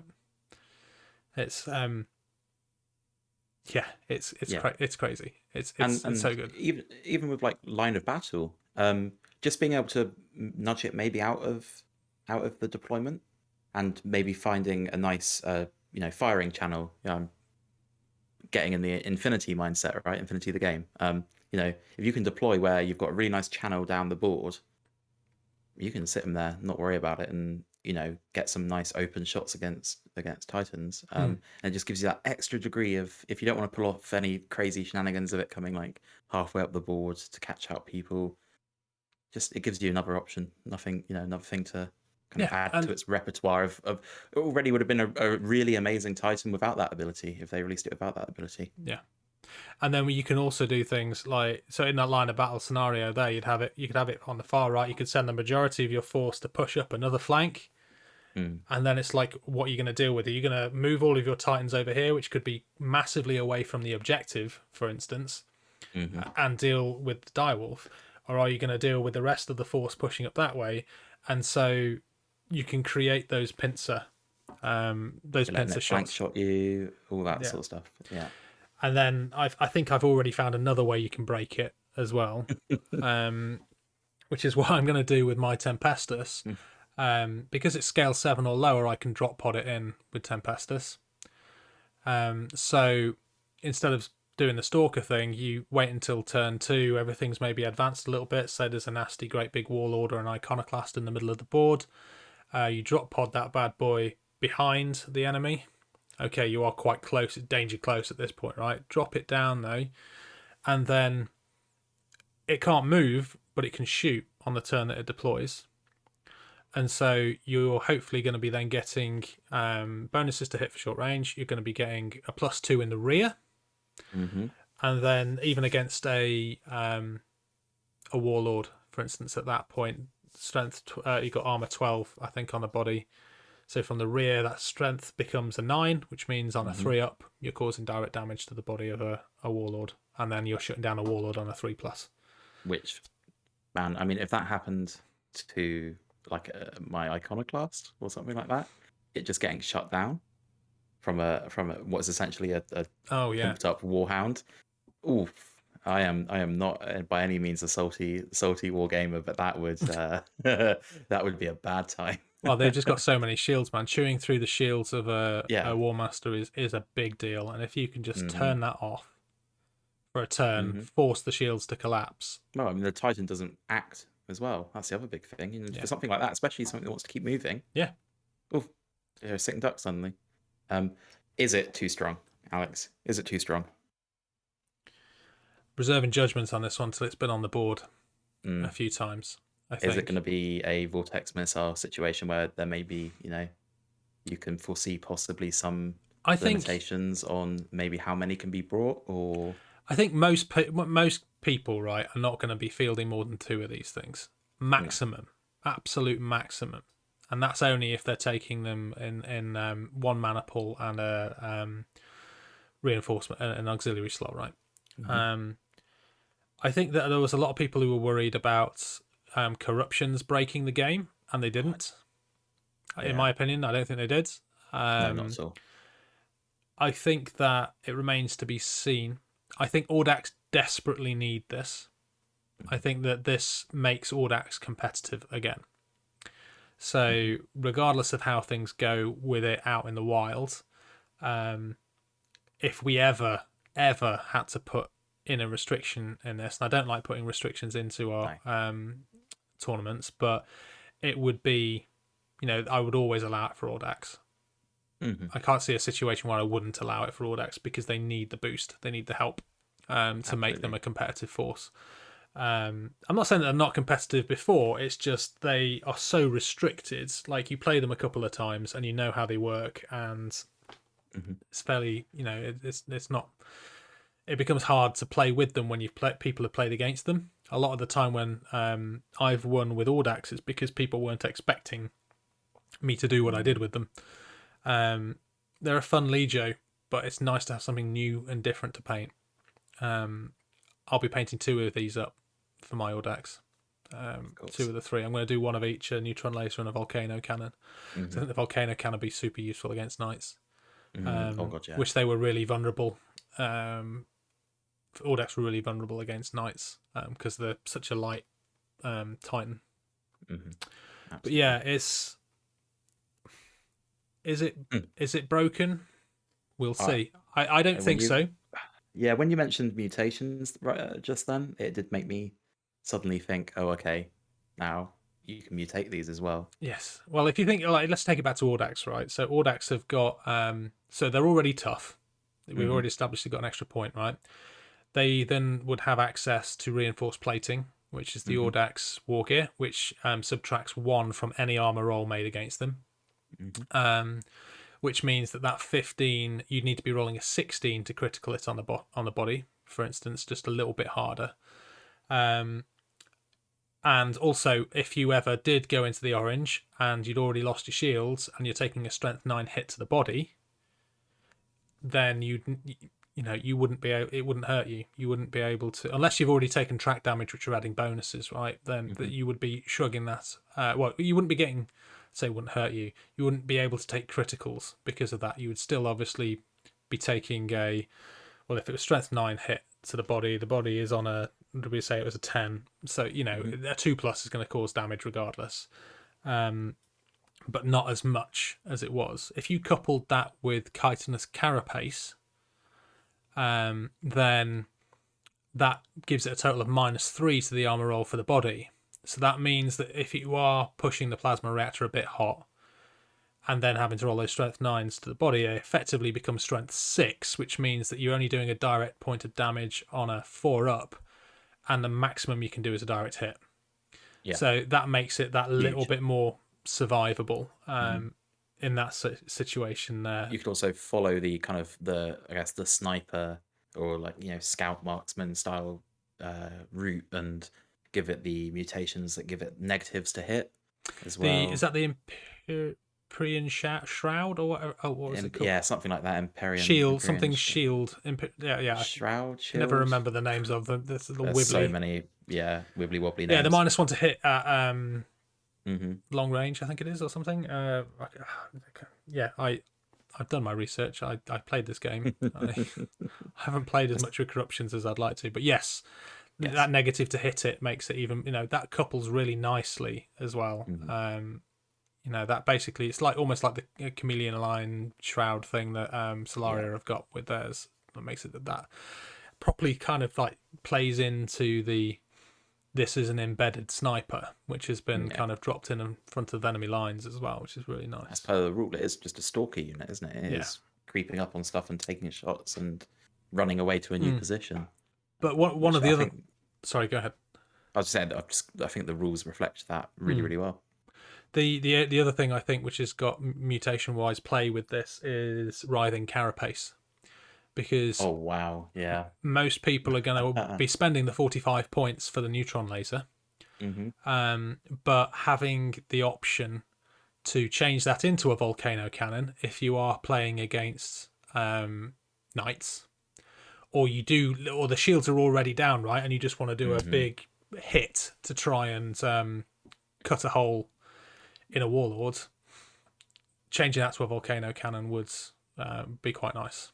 The versatility that would offer would be good. Here's a question.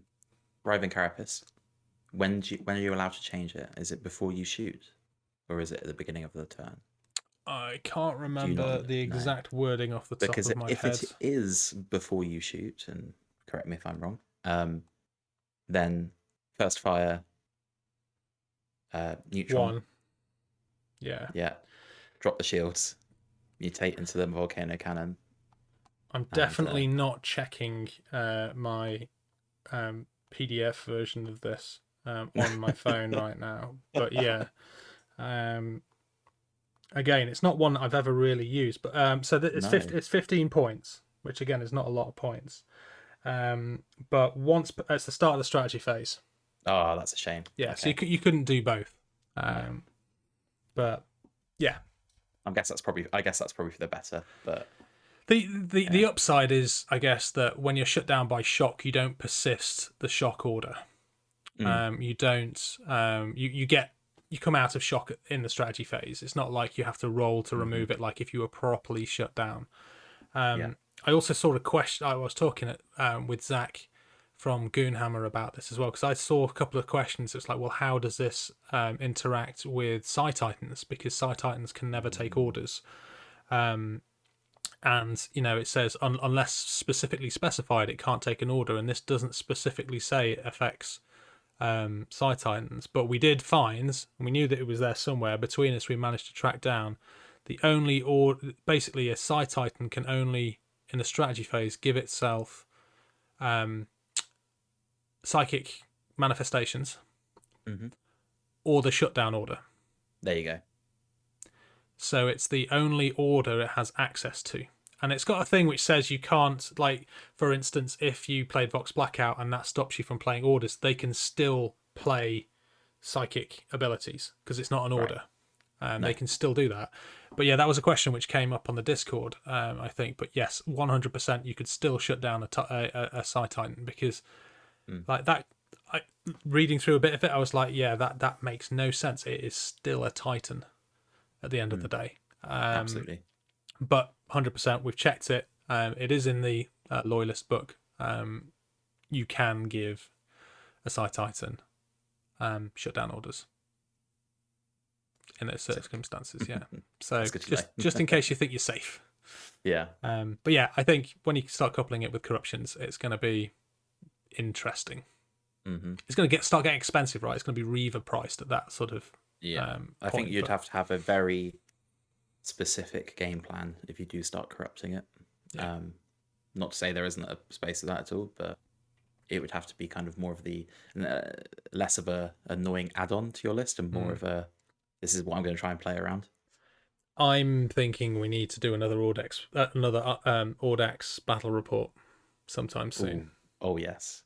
Well, that would be cool. I'd love to see him in action. I think we might have to do that. I'm trying to persuade some of the guys from Tabletop Standard to come onto an episode while they're refurbishing their garage. So Great idea. I might see if Chris or the guys might want to take a loyalist force, so I can face off with some Audax and a Direwolf. Hell yeah. Right. That was quite exhaustive, I think. I think we covered most things. Yeah. Well, there's been a lot.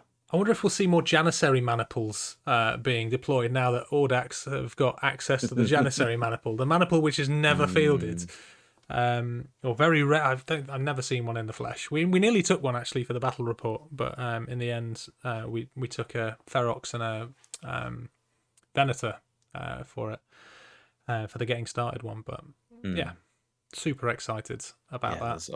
It's definitely gonna have a good few months of play. Really kind of work out what really works. And I feel like there's going to be a lot. I've already heard people talking about bringing them to our July event. Oh, yeah. And already changing their ideas for lists or legions they're going to take so they can do them. So I'd be really interested to see how many we get of those in July, because I think it'll have been released long enough in advance for people to have actually seriously considered them in their list. Whereas I think when we didn't see many of the War Masters the first time when the War Master had only been released. We thought there might be a flood of those, but obviously these are much better. Yeah, these much better priced, much better priced. We haven't even really touched upon many of the Legio traits which could like double up with this. I've heard people getting excited about Vulpa Warhounds, for instance. You might have to get one just for that, like with their abilities of getting close and then nuzzling people's feet quite manically with the Shakira conduits. That would break my my only melee weapons rule for Vulpa, though. Yeah, it would. It would.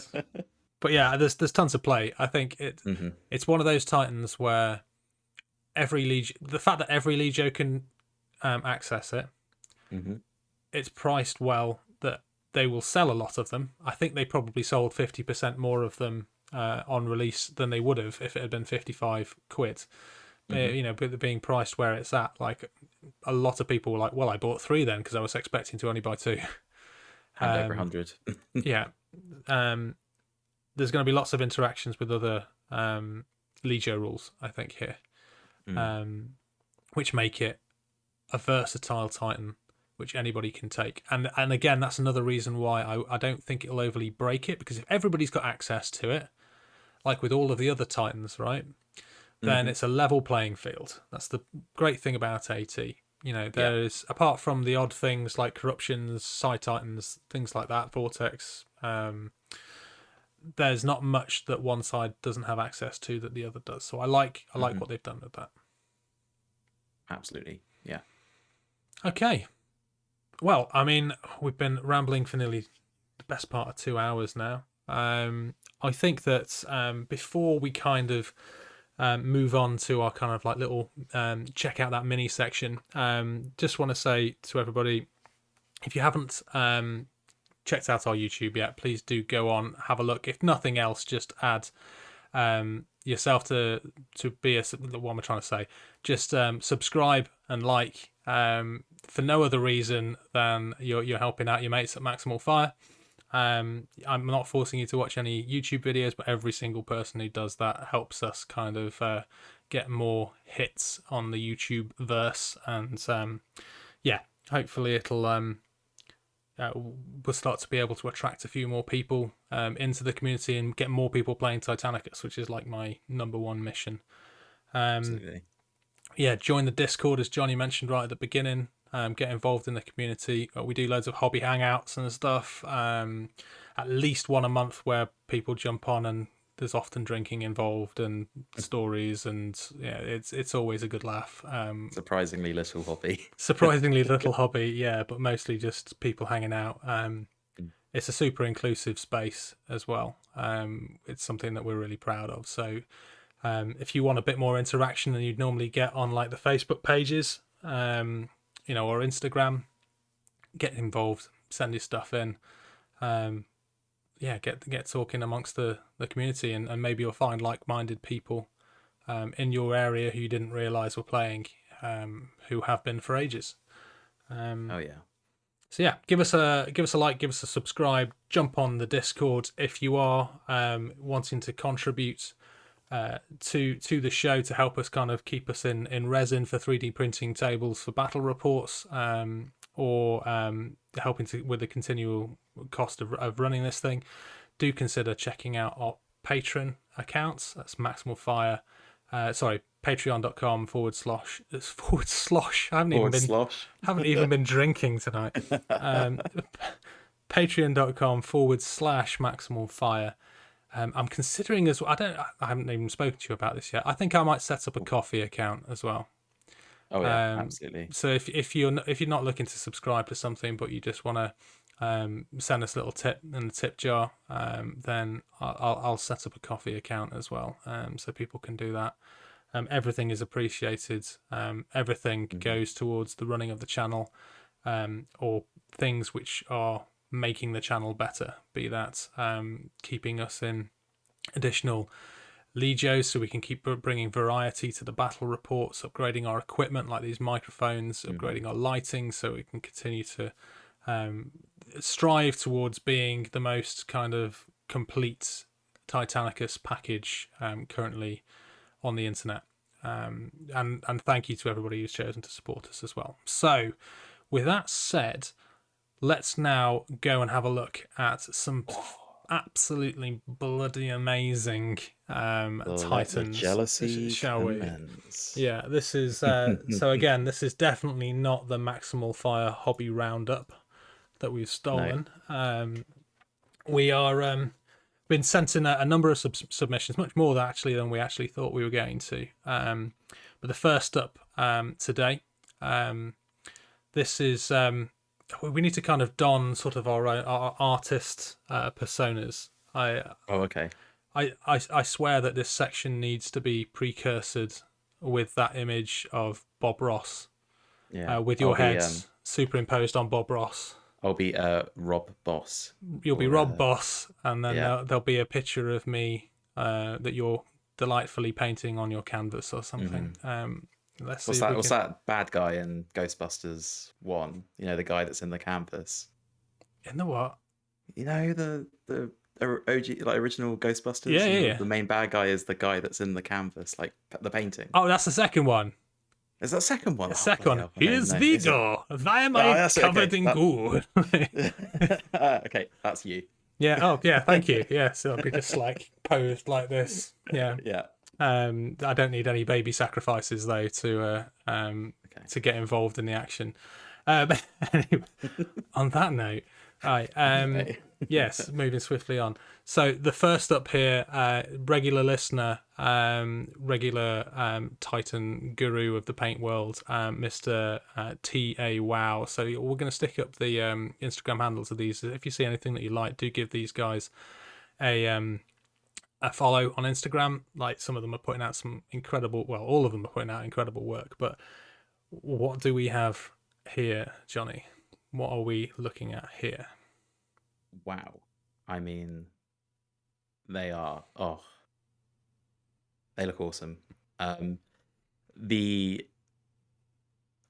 even know where to start, right? I really wish it was just one image so we could really break it down, but all three of these are just so awesome. The chevrons, man, on the War Master, the immediate thing that sticks out to me. So this is T.A. Wow's triad of Legio Ignatum Titans, the War Master, the Warlords, all the plasma, man, like a Warhound there as well. Like 5 of the 6 weapons are plasmas. He's gone for some really nice kind of cold coil brass plasma effects, which are quite en vogue at the moment. I think I like my cold coils. I've seen that cropping up loads at the moment, and it's growing on me. I wasn't too sure of it at first, but it is actually really growing on me. But yeah, your eyes are really drawn to those eye-catching chevrons. Wiggly chevrons. Yeah. Intentionally so, and it looks awesome. Wow. Yeah. He does like his weathering. He obviously does quite a lot of oil weathering on these, and yeah, it's it's a very visually striking scheme. I know for a fact that he uses a similar method, the lunatic method, that I use for my trim. It's just he paints it better. So this was the technique that we both learnt from the guru Demon Rich, Richard Gray, and yeah, when you see how much trim there is on a wall master as well, like he's done that to perfection everywhere. And the red is just, considering it's quite a dark red, because I think the oils have kind of muted it down a little bit. It's visually eye-catching, really sticks out. Like he's got some really good dark and light and shade there. And each of the bases is quite unique as well. I guess the only thing I could possibly critique this on is I like uniformity with my bases, and they're three quite different styles of base. But I think the Warhound one maybe isn't 100% finished, judging by the look of the other two. I'm not too sure. But yeah, I totally agree with you there with having uniformity between the bases, because also the Warhound base doesn't have the nameplate Battle Bling nameplate as well.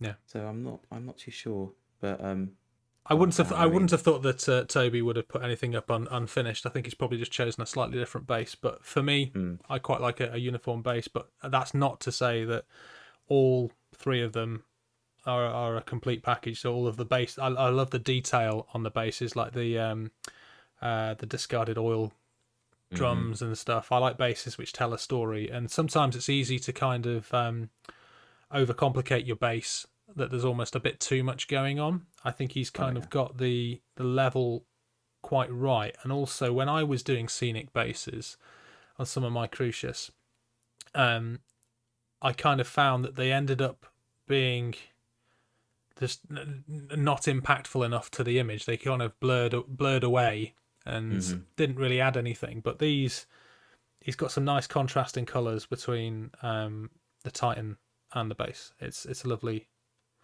job. Absolutely. Shall we move on to the next one? We will move on. So this was submitted to us by Ellie's Wargaming. Ellie's one of the new guys on our Discord. She joined a couple of weeks ago. When she sent this up, like the thing which, I mean, apart from the fact that the Saalinger Warmaster looks like she's still got a bit of work in progress going on there, but apart from the fact that it's a beautiful Saalinger Warmaster, and I like the fact she's not done too much of the white speckling. I think that in some Saalinger colour schemes I've seen, there's been almost a bit too much of that, and you've kind of lost a lot of the green, and it's been mostly white. There's kind of a nice kind of balance between the white and green. It's not too much. It's kind of just about right. Maybe on the carapace, I'd like to see a little bit more white, but certainly on the legs, I really like that. She's opted for the kind of traditional blue plasma there as well, which is really quite striking. On the right hand weapon as it would be standing. Yes, some really nice plasma burn as well. I really, oh man, one of the big things I've been trying to push towards more painting with Titanicus, and this is kind of displayed really nicely here, is the idea of having like spot colors, right? So you've got your two kind of primary colors, I guess, for at least this Warmaster, which is you've got your really nice green, and then you've got the very pale trim, and then you've got that red as the spot color. So you've got obviously the face as it, and some of the cables are as well. Yeah. You've got the missiles, some of the gun emplacements on top as well, and it's just that little extra thing that kind of really makes it look a lot more natural. I've noticed actually the plasma. It looks like the plasma. There's plasma or melter on the shoulders. It's hard to see on this tiny screen. They are the Vulcan Megabolters. The Vulcan Megabolters. So they have also the red as well on them. Awesome. But and then even tying that into what you're stepping on the base as well. I was just about to say, it adds to the entire thing. Yeah, the fact that the base, the Warhound on the base is red as well. It kind of because it can be you put too many colours in things, and it can get a little bit jarring, a little bit distracting. And it's nice to have those elements which kind of bring the whole thing together. But the thing, when I saw the images which she put up, the thing which was my eye was immediately drawn to was actually the second image that we're looking at here. And this is this amazing epic scale tank battle for a base. Yeah. Those explosions of that. I'm assuming it's a Lehman, like a kind of Lehman Russ The variant or Lehman something. Russ chassis. I thought for a moment it might be like a Chimera, but I think it's a Lehman Russ. It's just great. Yeah, it's like got those. sponsons. It's Yeah, but wow. those kind of like exploding bits of particles out the top and stuff. It's some great weathering, some great pigment use there. I assume there's pigment use there.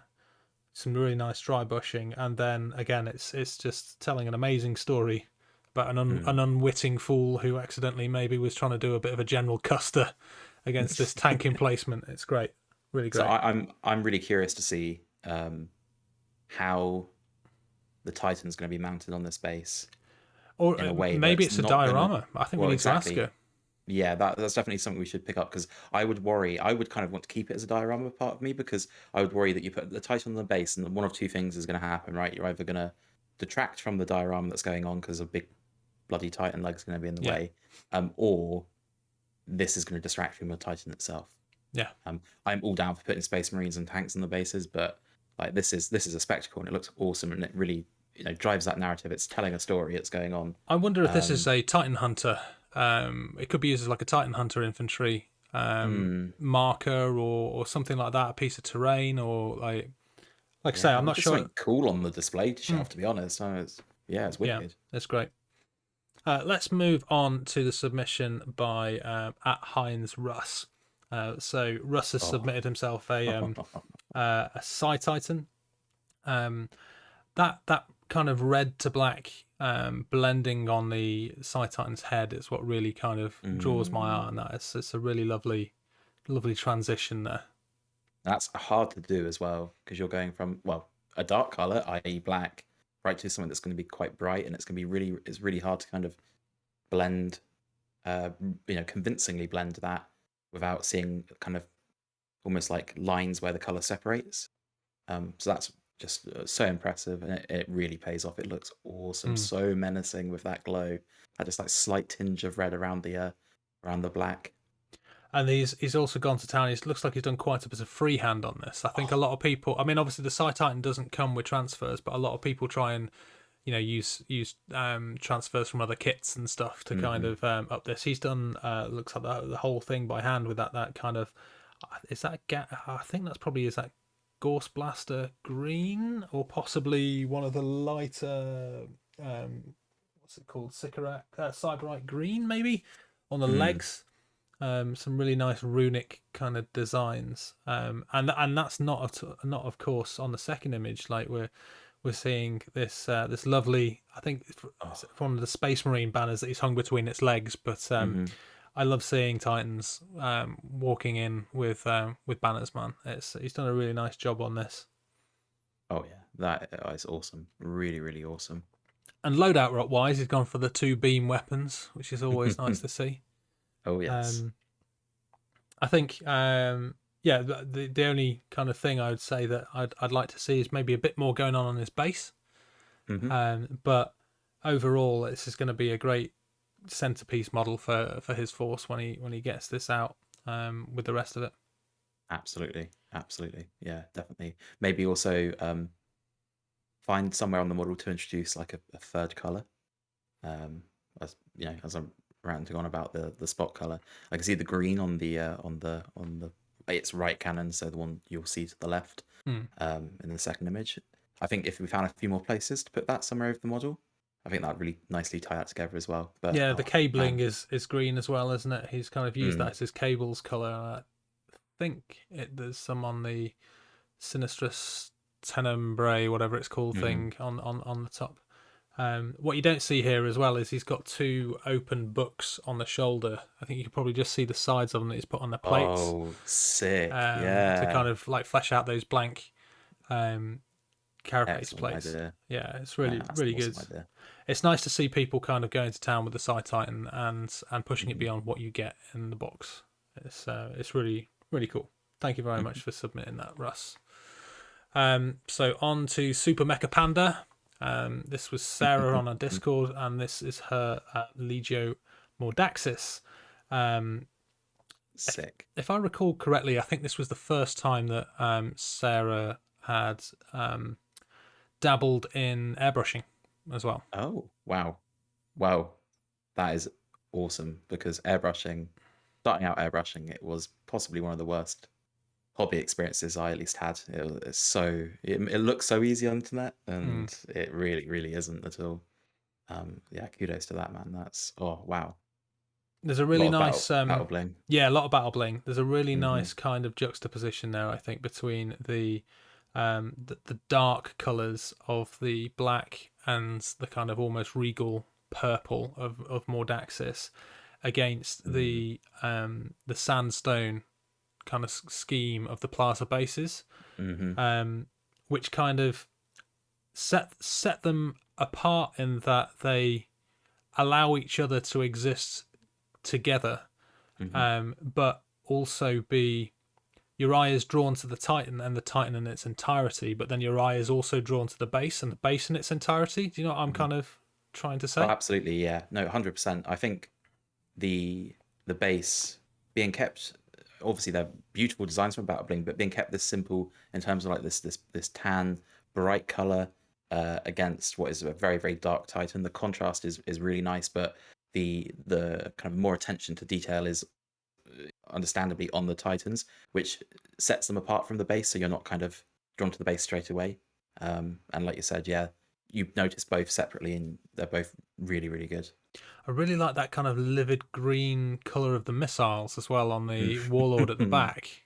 Oh yeah, those are some toxin missiles or something. I Yeah. love those missile racks. I got many sets for my Tritonus because I love the sharp little like needly ones that are pointing out of the launcher. Mm. Um, yeah, Battle Bling came through on that one. Yeah, it's a really lovely job. Um, I'd like to see some transfers Hmm. on it at some point. Hmm. I think she's been looking to try and get some things. We've been talking to our friend Scumbag Customs. Oh yeah. So yeah, should have mentioned this earlier on as well. Actually, like those guys have been sorting us out with some transfers, do some great custom jobs, and I'm hoping to do an unboxing for them of some of their transfers in the future. But Mm-hmm. um, but I'd like to see some transfers, Mm-hmm. but they don't need the No, transfers. I think no, that not at all. they look great as they are. Mm. Um, I just I think some people like transfers, some people Yeah, don't. I'm I one think who really likes them. we're spotting a lot of free real estate on the shoulder pads, right? That I think that's the big areas where it's like maybe you know some transfers would just kind of really finish it off, be the cherry on top for them. It's something as simple as like small concealed numbers. Hmm. I've Yeah. started trying to put numbers on some of my Titans purely Mm, for my own same. benefit when playing, so that if you're using multiple of the same, you can see the number and you can Yeah, back to your you terminal. really Right? need that. You I really need that. really need that. Um, but yeah, no, great, another great submission, beautiful. I've never been much of a fan of Mordaxis as a Legio. They're definitely more in my. I'm thinking about them more now that they've got access to those cool corruptions. In the past, I kind of almost discounted them Mhm. because like the never being able to push for movements. I was like, well, this is a game about taking objectives. It's like that's why would you hamstring yourself like that? But the more I haven't seen many Mordaxis color schemes out there in the ether. This is incredibly eye catching. Mm. This is definitely something, definitely a Legio that I would consider doing myself. Kind of if I hadn't seen the rules. Like Yeah, absolutely. that sounds disparaging, right? Because they are a lot better than they are now. But it's back to one of those things where pick a Titan Legio based on what you like painting or what you Mm. want to paint.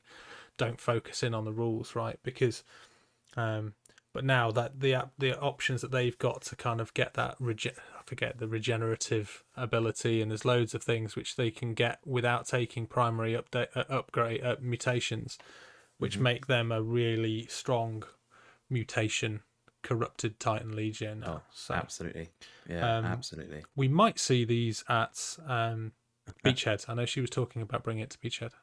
Oh hell yeah, that'd be cool. I'd love to see him in person. I think yeah, big caveat. Obviously, this came out a lot of the recent Golden Demon photos are one thing, but when you actually see them in person, that's they are always like massively better. Yeah. Because you have the kind of the full Yeah, And I the think camera deceives. that segues really nicely into this next one that we're looking at by Panic the Anchorite, because he actually submitted these and he asked a question, and I think he sounded like he was quite worried. He was like, "Is there too much going on? Is there, is it a bit desaturated?" And we were talking about this, weren't we? Like, there is sometimes kind of like, are you painting for the tabletop? Are you painting for photographs? And finding a balance where some like my Crucius, I was super happy with my Crucius, how they photographed, how they looked. I put them on the tabletop and they kind of just disappeared into the terrain. Whereas I took a much more simple approach with other Legios, and they didn't look as good on camera, but they popped on the tabletop. And getting that balance right is quite tricky. And sometimes what looks amazing in a photograph doesn't look great on the table. And I think that was what he was kind of worried. Is it too muted? But I think this is just No. fantastic. Don't worry about it, because you've got it. Yeah. From a person that very much loves mutating the crap out of their Titans, and like displaying them or just converting them with like lots of other cool stuff. This is great because it is tasteful. It's not over the top. You've still got some, although there's seemingly a lot of weathering and battle damage, you've still got those really nice bright colors in the legs, so kind of like the sunset, almost palette of it fading down to the base. Awesome. And the thing that stuck out to me immediately was the head. There's a lot more, as you kind of zoom in around the teeth and the open mouth, you can see this kind of like almost like discoloration of the red, where maybe some of this metal is starting to become more like bioorganic. It's becoming more like fleshy in the demon, in its demon ways. It's cool. And I think if this was like a Crucius Titan, which was like black and white, right, I think you would have a problem with that saturation that he was mentioning. But because you've got that nice bright Magna trousers look, it really lifts the whole model, and it draws the eye up because of the way that it goes from the dark red to the yellow. Your eyes are drawn to the legs, and then you kind of work your way up the model, and then, like you said, the first thing you hit is that head. But I think the thing which is probably the thing that you would most likely not notice at first glance is that banner. Like, it's only when you see the close-up photos there that you realize just how much effort has gone into painting just that banner. Like, it almost looks like it's just scribbles and scribbles of runes, and then things like layered over like these iconography layered on top of that. Like, it's almost been woven by the forces of chaos and then turned into a banner or something. Like, it's it is really hard to place transfers on stuff. It's not mechanically, but like the good placement of things to make it look natural. And like that, just it comes off really well. It comes off like the kind of maddened ramblings of a crazy, corrupted tech priest that's just like scribbling and then also giving it kill counts and all that sort of stuff. Yeah, but you know what it's trying to say, don't you? Like, you don't need to understand it. You know what it's trying to say. It's this like declaration of devotion, but it's also then this declaration of its intent and the titans that have fallen before it, and it's just mad. It's 100%. it's crazy. It's a crazy thing, but it works so well in the context of the model. And there's just so many banners on this thing as well. Like, I'm noticing them like hanging off from the under the guns, under the shields, between the legs. Between the legs. Who's the 7th Legion? Word bearers, right? That's why there's a load of word bearer symbols. I could be very wrong. Yeah, I mean, that makes sense, right? Because obviously there's a number 7 between his legs. Yeah, and it's the demon kind of late heresy adaptation of the word bearers, right? Yeah, and then they've got 17 as well on the shoulders. When it starts getting up into the teens, I get confused. Is that Is that the Horus? Is that the Sons of Horus? God. Let's quick man Googles. Yeah, here we go. Give us the numbers. I'll just say while you're googling as well. I think big thing for me of hobby stuff as well. 16. They're 16th Legion. Okay. is the narrative, right? Yes. So the posing, even its loadout, the way it's slightly tilting its head, like it's telling a story, right? This thing is pointing all four of its big ass Gatling blasters at some probably poor unfortunate warhound or city block or something that's smaller than it, and it is like towering over, and it's got this like hunched position where it's like lining up all of its guns, and it's just, you can tell it's just slowly creeping towards it. Or And it's I am kind of going like, to end you, sort of thing. Yeah. yeah, oh, absolutely. And it's kind of like tilting its head, kind of like has like a predator would, like in the wild, where it's kind of appraising its prey. So the Just oh, 17th is the word bearers. So maybe we ah, just can't see mm, an X underneath the legs, and the 7th is the Imperial Fist. So yeah, it probably, yeah, that sounds about right. yeah. The one thing, okay, if I had to give this thing, um, it had been really nitpicky, right? And I'll, take it or leave it. It doesn't really matter. It's just me being pedantic as shit. The torch on the back, just snip it and twist it so it's kind of blowing the same way as the banners are, Oh yes, to like show that it's moving a little bit. I don't know, kind of maybe the angle shows it more curving round, but to me it just looks like it's floating to but then the these right. could be demonic flames, right, man? They could, well, there you go, Doing exactly. whatever they There's want always to. a good narrative excuse, especially when it comes to chaos. So really, do not take that with any, with any too much stretch. But Yeah, if you were looking for something, the rest of it is bang on impeccable. Just absolutely maybe great, twist great it Warlord around. Titan of Legio Magna. Okay, Oh, so and then the last one was submitted by a Roborus painting. This is Dan from the bottom of the barrel guys, and he submitted a Iconoclast Titan, corrupted Iconoclast Titan, which is probably going to make you a little bit excited in your pants because okay. there's Well, you didn't send tentacles. this to me, so I don't know whether you didn't want me Oh, did I to not? No, get a bit too excited before I did send it before it to you began. just later, so it's probably on the Oh, second attachment on the email that I sent you before we started. yeah. Um, This is very unprofessional. let's just lift music.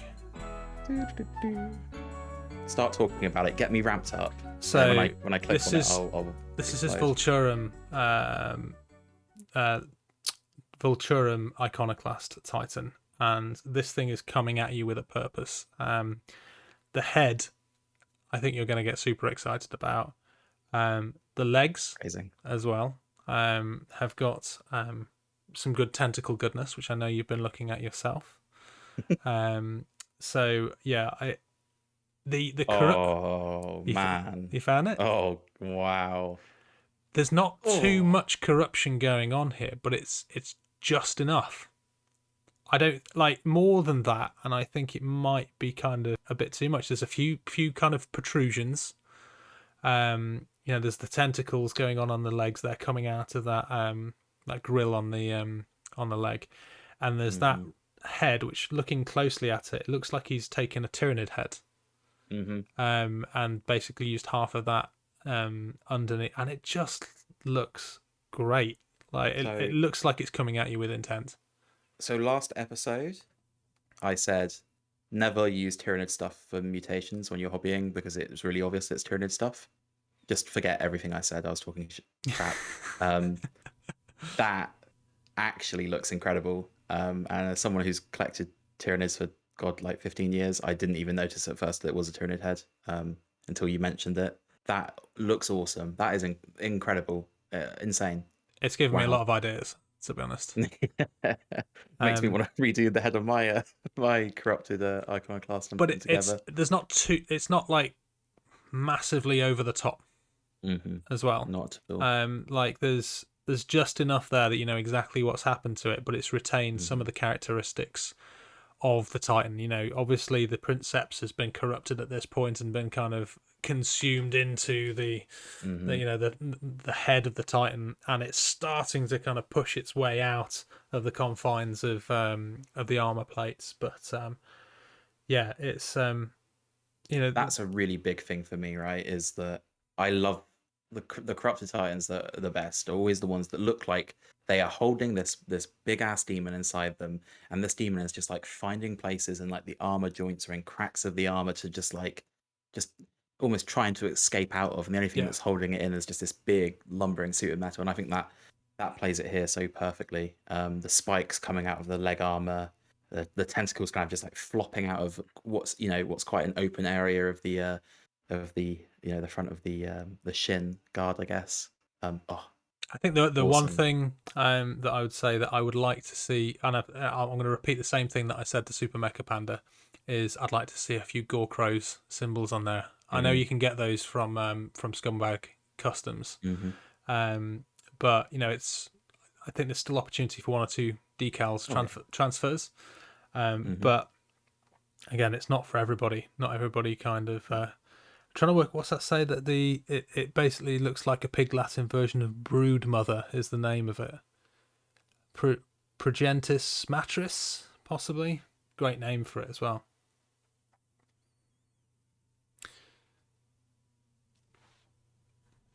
So as we lose Johnny again for the second time tonight, we'll go to an intermission. But is he immediately back? Oh, you made me zoom in, and it ruined the. Yeah, don't go touching that laptop, mate. Absolutely not. Keep my hands off it for the rest of the pod. To be fair, it's hardly worth you kind of dialing back in, to be honest, because we've kind of come to the end of our mini roundup. I've really enjoyed doing this. I think that was great. Obviously, it's not much for people to just listen to. Well, maybe people who are listening to it kind of go inspired and check these guys out, right? And so, or watch us on the YouTube and see what we're looking at. But it's been really good to kind of look at some of the work that people have done. I've always been inspired by the community around me when it comes to AT. And that's one of the best things I think about this community is the fact that there is just a wealth of people who are willing to help others with new ideas or like share their techniques. And this has just given me like every one of these, I would say, I've come away thinking, oh, I could do that on one of my bases. Maybe I could put a few tanks on my next Warlord base, or maybe I could kind of start putting some banners on my next Titans, and it's